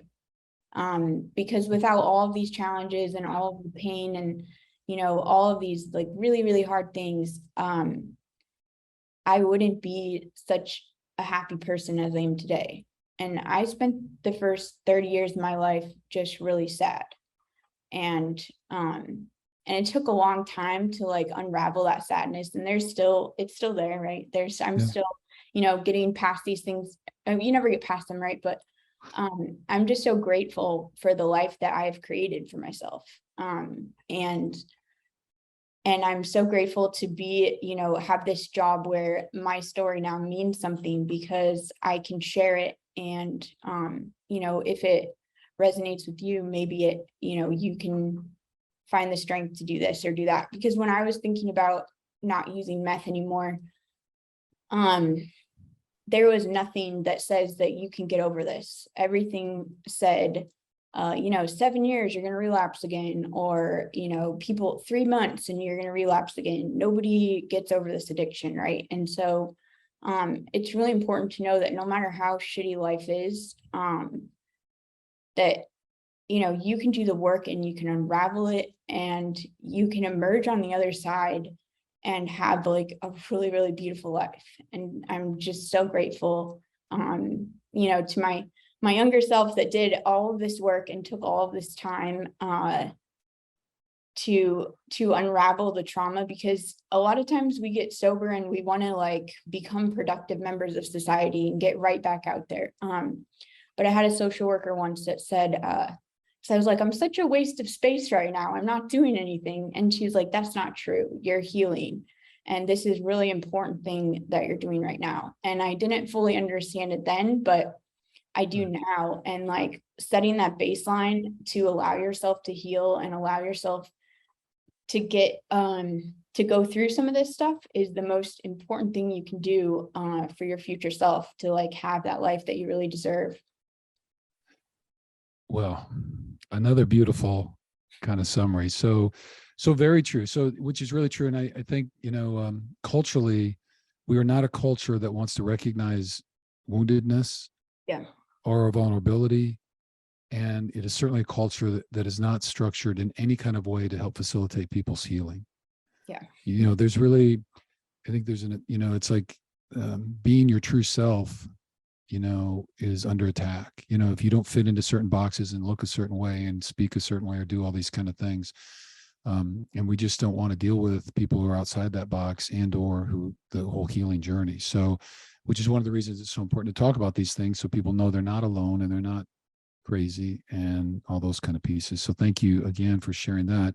So I guess a couple of things just to tie it up, one I heard is, when the student's ready, the teacher appears. And, I think over the years for me, the life lesson in that has been a little bit, every experience really is not, the teacher's there. It's just whether or not we're kind of ready for it, right? Because life in of itself is that teacher, and, and that everything's happens for a reason and or that, I think a lot of it has to do with us finding the meaning within the context of what happened to us, so that's not to say that those traumatic experiences in our lives, were good necessarily, but they did happen. And so what are we going to do with them? And so we can, find meaning, we can create healing and learn from those kind of things. And you're right, they do, all of those things form the building blocks and the foundation for who we ultimately be. And, none of us would be the same without the traumas that we've endured, but the reality is we can't find full alignment with our true self until we've gone back in and unpacked some of that stuff. And as you said, unraveled it a little bit and worked on it. And that's the process that I think culturally we need so much more work with and help with, because we just don't give people the freedom. And like you said, you're not just taking up space, because until you are able to heal, you can't really serve others just like you are right now. So I think that's a pretty amazing story. I saw a graphic, I think it was on Yammer, one of our folks posted it. Did you see the one? It's like, there's a picture of a cell phone on one side and it's in the red level and says, you would never let your cell phone run out, be uncharged. And then there's a picture of a person there and the charge level is way down to their feet. Yeah. It's like, why do we feel it's okay as a human being to operate when we're not fully charged? Yeah. And it's like, we make people feel guilty. Like, we have this manic work kind of mentality, like, oh, I'm going to put 100 hours a week in, I'm going to do this. I've got to be, and we don't serve our families. We don't serve our spouses, our partners. And, we're not serving, our society really in the fullest way that we can. So, okay, I'm on a little box there, aren't I? So sorry about that. Okay. Anyway, that was beautiful again. Thank you. And it's such a great kind of summary of that journey and the ebb and flow of it. And also, I think too, the thing I really note is the patience that you had with yourself to some extent, that you had this rock solid belief that this is not who I'm going to be. Yeah. And once you started seeing the pathway out, and then also, you also had some really like, hey, Andi, this is going to end bad if you stay here, like these big, the relationship, the wine, those kind of things. It was like, and, thank goodness you were in a position where you could kind of see those and read those and go, I get it. I'm going to take this cue and I'm going to do something different with it. So, all right. So kudos to you. So, okay. Then we've been going for a while. So I want to honor your time and all that. I just want to mention, so our next thing is jumping into MVP. I know you've said a little bit about that. I want you to. So I just want to rally. So about a month ago or whatever it was, you and I got to go to kind of a 2.5-day workshop at one of the ranches north of Slow near Creston, at the Mustang Ranch. And so Sweet Bow, I was blanking on it. Anyway, and so we want to thank Michael and Patricia for hosting that. So we had some MVP folks up there. We got in round pens with wild Mustangs and all that kind of stuff. So, and I just, now knowing a little bit more fully your story, just explain to people what that was and what, because I think you said you've done it like 3 times, the equine healing, facilitated healing, right? You're kind of getting to talk about a little junkie. You're kind of all over that thing. So, all right. So just explain that to us, because I just don't want to pass without talking about that, because I watched you in the round pen kind of work with the horses and all that, and I got to do it as well. So it's really a fascinating thing. But just tell us, that's one pathway. And I guess what I was trying to get to too is, how has that helped you on your own healing process, and kind of how is your understanding of what healing is? How has that evolved and changed over the years as you've gone through these experiences? So I think the first time that I got in the round pen with the horse, the biggest thing I had to focus on was just breathing. And what I love about, because I usually get to work with wild Mustangs. So what I love about them is, like me, I recognize this in them, is they have gone through a lot of trauma, and they are not sure. The more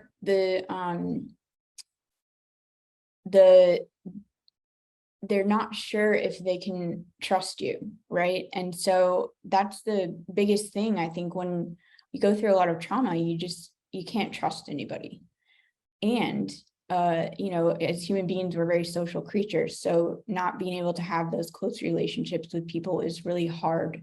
I think for us as a cellular level, for our soul, you know, on a spiritual level, that's what life is about, is the connections and the relationships that we have. So that's probably the most insidious thing about trauma, is, especially when it happens at a young age, is you're taking away people's ability to fully trust people and to have these relationships that make life worthwhile, right? And so, you know, and so we can have this worldview that like the world's a bad place. And so then we bring that into our lives. And so it creates this cycle that's really hard. So, so, you know, it took me a long time to be able to trust people again. And, you know, a lot of that, and the thing I love that's just so cool about being a veteran is there's a lot of awesome experiences out there for you to heal. And so, you know, there's just so many, and it's up to us to take advantage of them. And that's one thing that I did, as I was healing. I did, you know, the trauma therapy. And then I also went on a lot of these experiences, out in nature, you know, getting to snowboard, mountain biking, just so many really cool things. But, you know, you mentioned intention before, and I think that's a huge thing, is going into them. I'm not just here to have like a great time. I'm here to learn something, and I'm here to see what this next piece is for me. And so each of these trips that I went on it got me closer to where I wanted to be, and it, you know, showed me a new thing. And working with these horses is really great because it makes you look at how you're walking through the world. Because if you're coming in all like stern and trying to control things, right, as you know, people who have been through a lot of trauma, we can be kind of control freaks, which is why I went towards meth, because I like to control things. And you just learn with these horses, like, you can't control them. You have to connect with them, and they have to want to do what you're asking. And that's just, it's really cool to see that in person and to experience it. And then there's just so many things you learn with horses. And I love that whatever you bring to the arena, that horse is going to kind of give you that piece that you need. So sometimes I would go in and I would be too controlling, and that horse would show me that, hey, this is too much, and I'd have to back off. Sometimes I'd go in and I'm not the leader that they need. And so then in that instance, I need to be bigger, I need to be bolder, and I need to be more sure of what I want from them. And in learning how to tell horses what I want them to do, that helped me learn how to tell people what I needed. And so for so long, like my personal journey, you know, just I was robbed of my bodily autonomy so early. And so telling people what I need from them or what I want from them, I couldn't do it. Like, I would just freeze. And so being able to do that with like this, you know, 1,200-pound animal, telling them, you know, that was a really cool experience for me, because all of these tools that I needed to get, like, I want to have a family one day, right? I want to have my own kids. And so if I don't figure out these pieces, then I'm just going to project the trauma onto them. So that's why I'm doing this work, because I deserve it, because I deserve to be the best person that I can be, and because my kids deserve it. You betcha they do. Yeah, well, that's really true. And I mean, actually, genetically in chemistry, from a chemistry perspective, we actually pass on, you know, that stress and that trauma within the genes to our kids if we're not dealing with it. So it's really true. And then the way in which they respond to trauma and or stress is amplified, and it makes them it's harder for them to even kind of recover and deal with it in a healthy way. So, okay, so that was our equine stuff. So I think they talked a lot about pressure. We talked about only use as much as you need and never any more than you absolutely have to. And so it's kind of finding that little bit of a line. But as you said, it puts the onus on you to be clear and communicate what it is you need and want, which I think is a skill set, again, that is undermined in our culture And I think all of us can help doing that in a healthy and constructive way with other people, so we're not feeling like we're some kind of asshole just because we say no to somebody. So, okay. Well, we're about an hour and a half, so I got to let you go.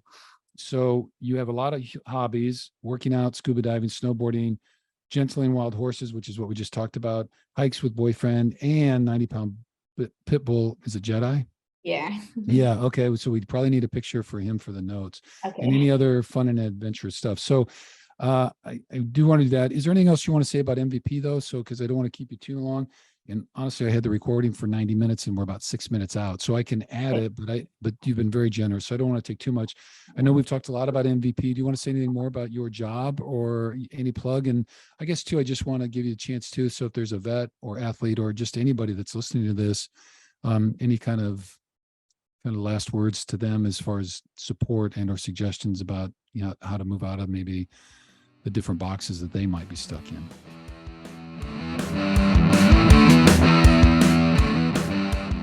All right, Andi, we took a little break because being silly, I was thinking we'd be done in 90 minutes, but we had quite a story to tell. So that was been beautiful. So I really want to tell you, it's really been an honor just to kind of sit and listen to your journey. So thank you so much for sharing that. And I know a lot of people are really going to benefit from that. So thank you.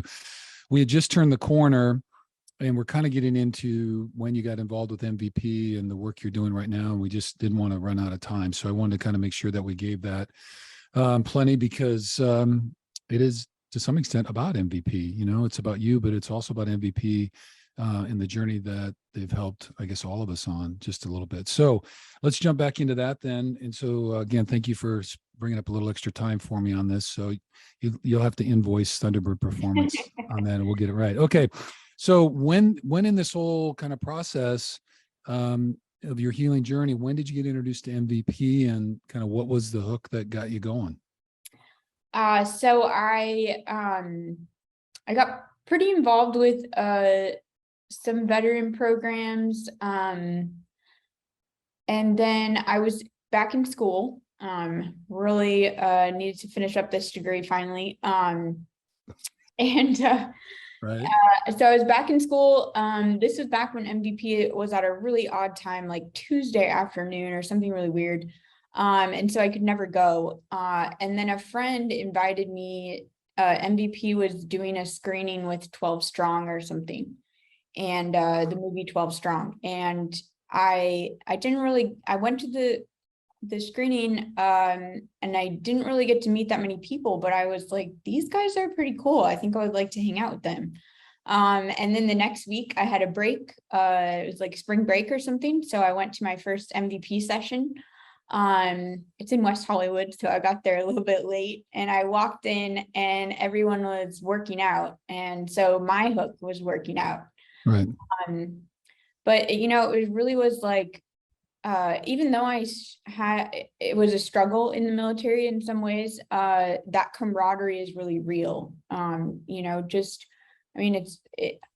think it sounds silly now, but I would be so proud being in uniform, like standing on the grinder in the morning. It's usually just a massive waste of time, but just so proud to be in the military and to be serving, and to have these men and women on my right and left, and in so many ways be so connected with them because of the challenging experiences that we've been through.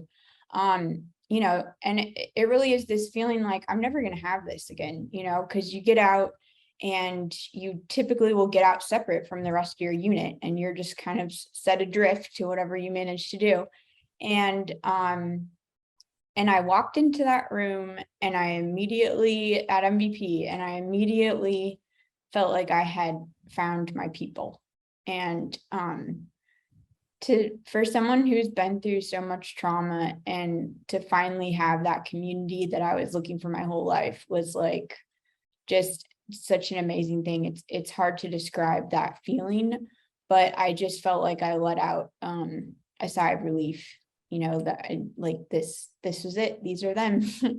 Right. So, yeah. Okay. And that was at Unbreakable? Yes. Yeah. So, yeah.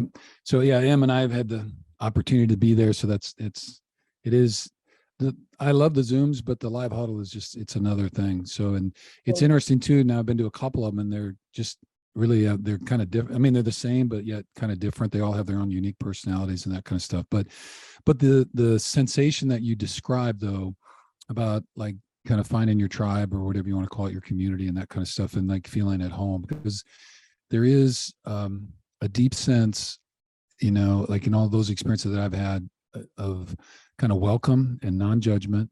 Yeah. And, we get that you're just as fucked up as we are, but we're okay with our fucked upness, and we're okay about being together in it, and just, helping each other through it. So it's a pretty cool deal. So, okay. So about what was the time frame for that introduction? When did that happen? It was probably over 4 years ago. I've been a member for 4 years. I feel like I've been saying that for a while now. So probably like maybe 4.5 years ago. Okay. So we're 22, so 18-ish and into 19. So, all right. So then you were going and going. And then when did you start getting involved with the staff? I mean, how did that progress? Well, first I started actually working at Unbreakable.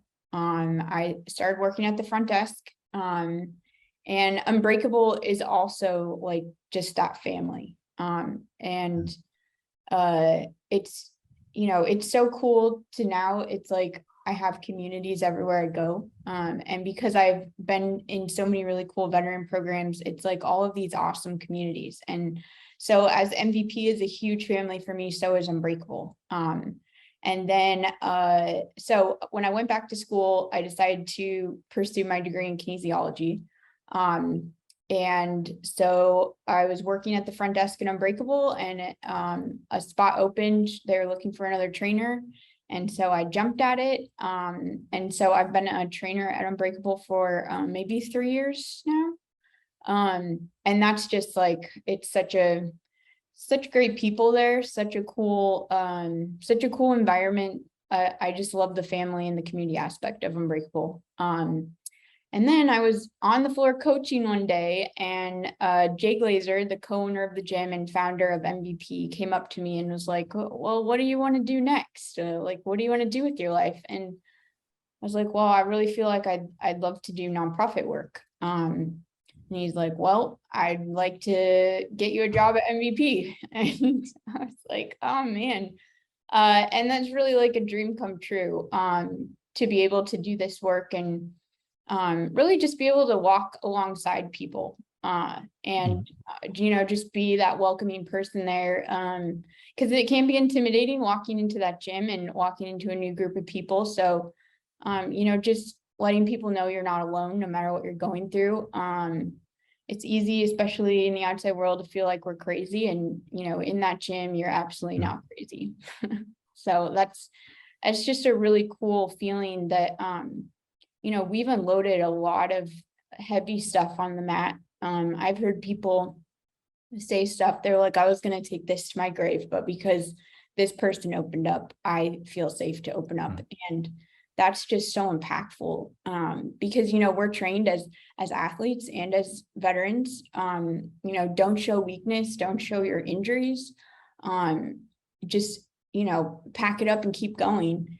And we literally are trained to do that. So when you get out, you have to kind of untrain yourself. And so, for those of us who have been doing this, practicing being vulnerable for 4 years, it's just, 4 years or however long you've been part of MVP, or, if you found it in another way, but just, it's a different way to live, to have this safe space and this tribe that you trust. And, that everyone that walks in that door has done really incredible things. And so there's just this sense of camaraderie there, and this sense of, that we're all equal, and no matter what you're going through, we've been there and we're here to walk this journey with you. And each person that comes in brings just a whole new perspective and a whole new story. And, a lot of us lose our way after the military. A lot of us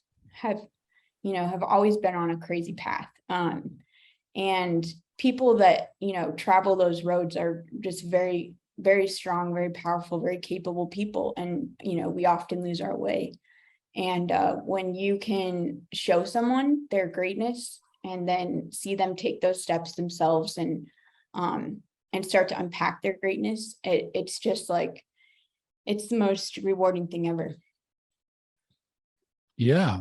Well spoken. I don't know if I guess, what I was thinking as you talked about that, because earlier, you really connected the loss of trust with the healing process, and they kind of go hand in hand. And as you are able to rebuild trust in yourself and trust in others and trust in humanity, it's kind of when the healing begins. And then as you're talking about vulnerability, which really at its core, it's so interesting because you have all these athletes, the MMA fighters and everybody and former football guys, all these tough folks, but really the core of the huddle is about being vulnerable. Yeah. It's about, recognizing, as Susie likes to say, your own shit, owning your own shit, and then sharing your own shit. That's kind of the story.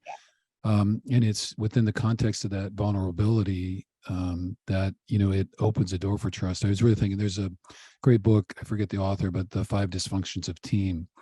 And the first level is lack of trust. Yeah.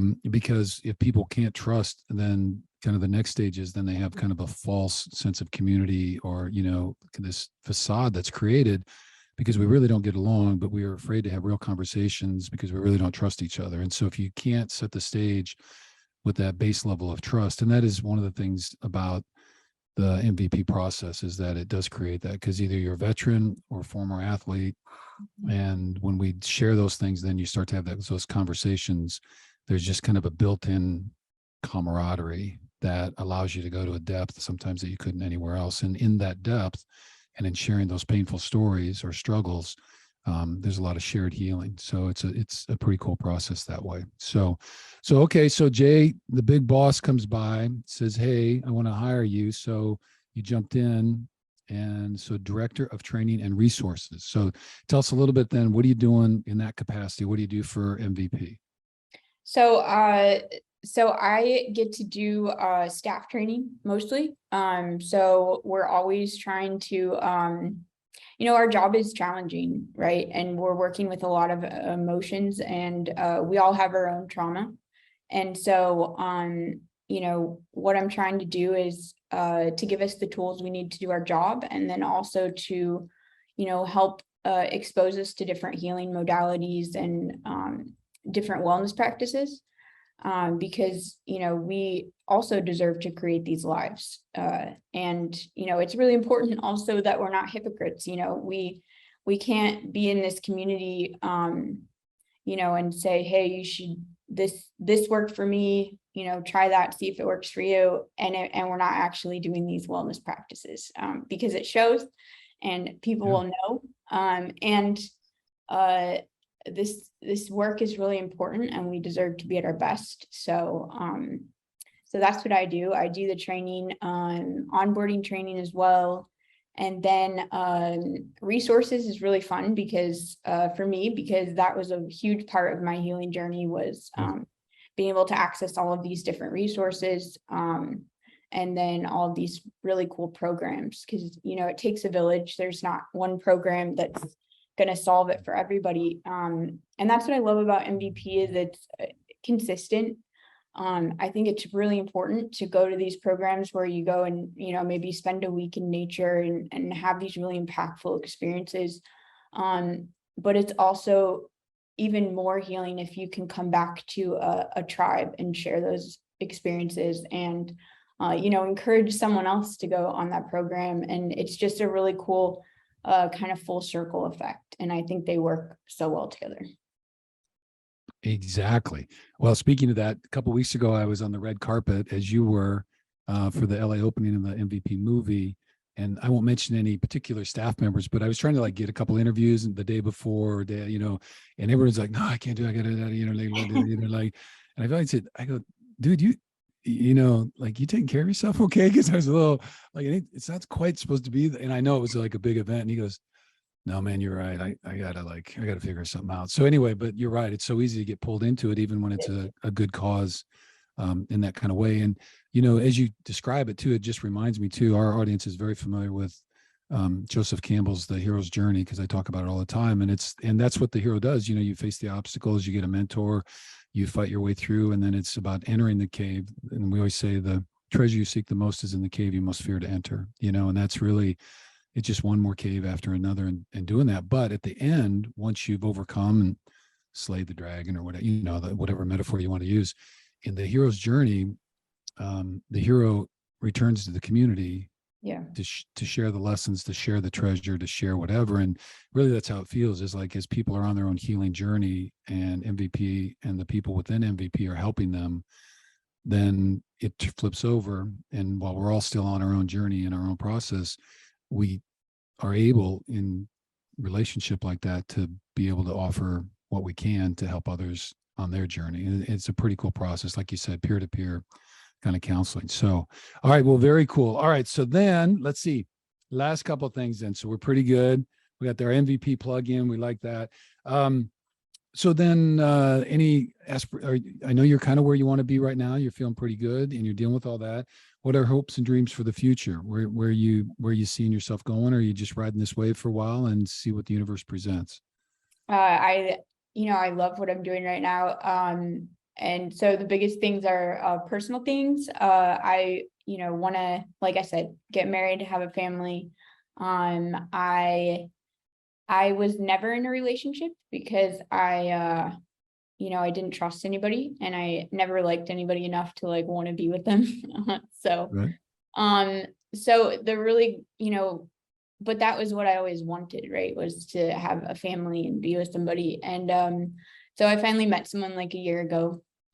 And so that's been a really cool part of the journey now. And I'm so passionate because like with MVP, we've created this really great community where we can come together and talk about really hard things that are going on. But if we're not able to bring that back into our families, then we're missing a huge part of it, right? So I'm really excited to now have an experience of having a partner that I really care about. And, we both come from very difficult backgrounds, a lot of trauma. And he cares as much about personal growth as I do, which I didn't know if I could ever find that. So that was, that's the biggest thing that I love about him. And just our ability to like, if there's a struggle, like we look at ourselves first, like, what am I bringing to the table that's causing this? And so I'm really excited, about bringing topics and just opportunities and stuff to MVP, just more like family centered. And we do a lot of community events, which is really cool. But, our families are like the most important things. And that's such a huge challenge in the athlete and veteran community is divorce. And, just that struggle with maintaining those intimate relationships, and, almost wanting your partner to be, like your battle buddy or something, and just like being around trauma so long that you don't know how to like deeply connect with someone. And so, being on this journey myself, has just like, I just love learning and growing. And, you can't get from your parents what they don't have. And, there's a lot of things that my parents weren't able to show me. So it's, but the cool thing about it is once you get older, you're capable of finding it yourself. Right. And so, so that's been just such a cool journey that I'm still on. And then, I want to have kids. So, very much in my life, I set an intention of what I want, and then things come to me. And, learning how to be, the parent that I want to be, growing up in a cult, and just, as a culture today, there's so much like conditional love. You have to do this before I love you. And so like, that was my experience growing up. And so how can I, learn how to be a parent that's not like that, right? That can just give love just because you're breathing. And so, so that's the next frontier for me, is just that like intimate, family frontier. And, cause I'm right where I want to be in life. And, there's so much out there. And, my biggest thing with sobriety was like, I didn't do AA, but instead I had just I held on to this thing of that I want to create a life that I love so much that I would never want to give it up. And that's exactly what I've done. And I have like such an awesome life. And it's so cool because I've put in the work to get there, right? So it's just so rewarding because I've worked really, really hard to get here and to become the person that I deserve to be, right? And to have this life that I really do deserve to live. And I heard one time someone said, whatever you don't get from your parents, that's like your life's mission to find. And I did receive love from my mother and my dad in weird ways, I suppose. But what I didn't get from them was self-worth because they didn't have it themselves. And so that has been my journey to find that. And it's a lifetime journey, right? But getting to that point where I can like fully love myself and realize how valuable I am has just been really, really cool.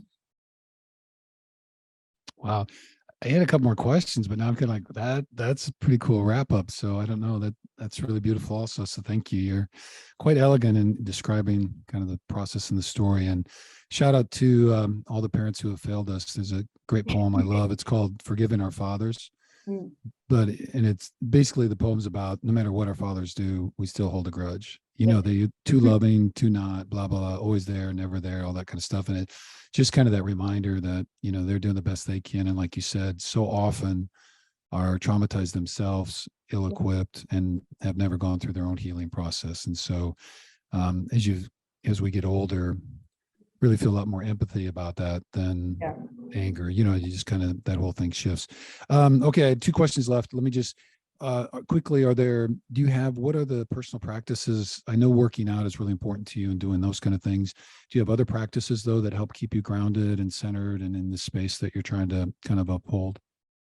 Yeah, I like to get on like 1 or 2 veteran programs a year so I can go out and do like a really cool experience. The busier I get, the less opportunity I have to do that, of course, but that's how life goes. But that's really important, I think, to keep doing those things that bring me joy. Dancing is another thing that I love to do. Just getting out in nature, being active. All of those things are really important to me. Okay. All right. Excellent. And then let's see, where are we at? Last piece. Oh, there we go. Okay. We did that. And then I think we kind of talked about that. I had to just note if there's anything. So I guess if there are folks listening and they're curious, we always post the MVP website. They can get more information there. So if you're a veteran or I think our active duty, are they allowed to join now, right? Aren't they? Yeah. So active duty that have served in a combat zone or received hazardous duty pay, both can qualify them. Okay. Or any retired military personnel. Yes. So retired, veteran, active duty, currently in the military, as long as you've served in a combat zone, or received hazardous duty pay, you would qualify for the program. And then also our current and former professional athletes. Okay. So, all right. So if anybody's in that categories and they're interested, they could go to the MVP website, get signed up, and they can find either digital Zoom huddle available or 8 communities out across the United States with kind of ever expanding. So we know that. And then your charity. So we'll be making our donation to MVP. Thank you. So we'll do that this week again.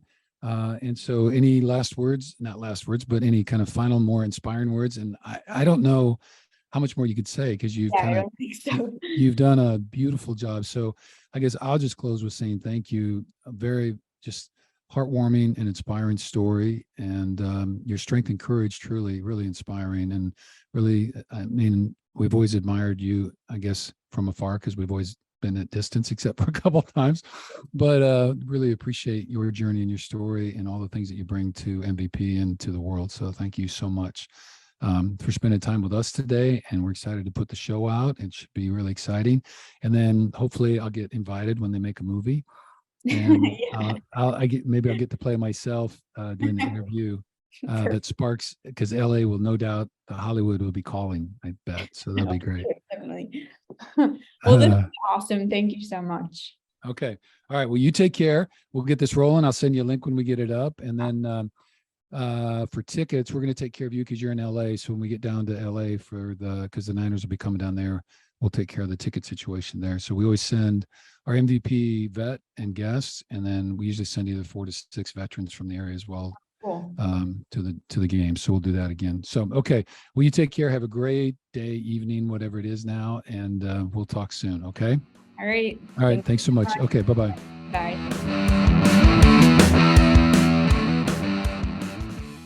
Thank you everyone for sticking around for that show. So much energy, so much love, so much inspiration, and I hope courage that you guys all took away from that.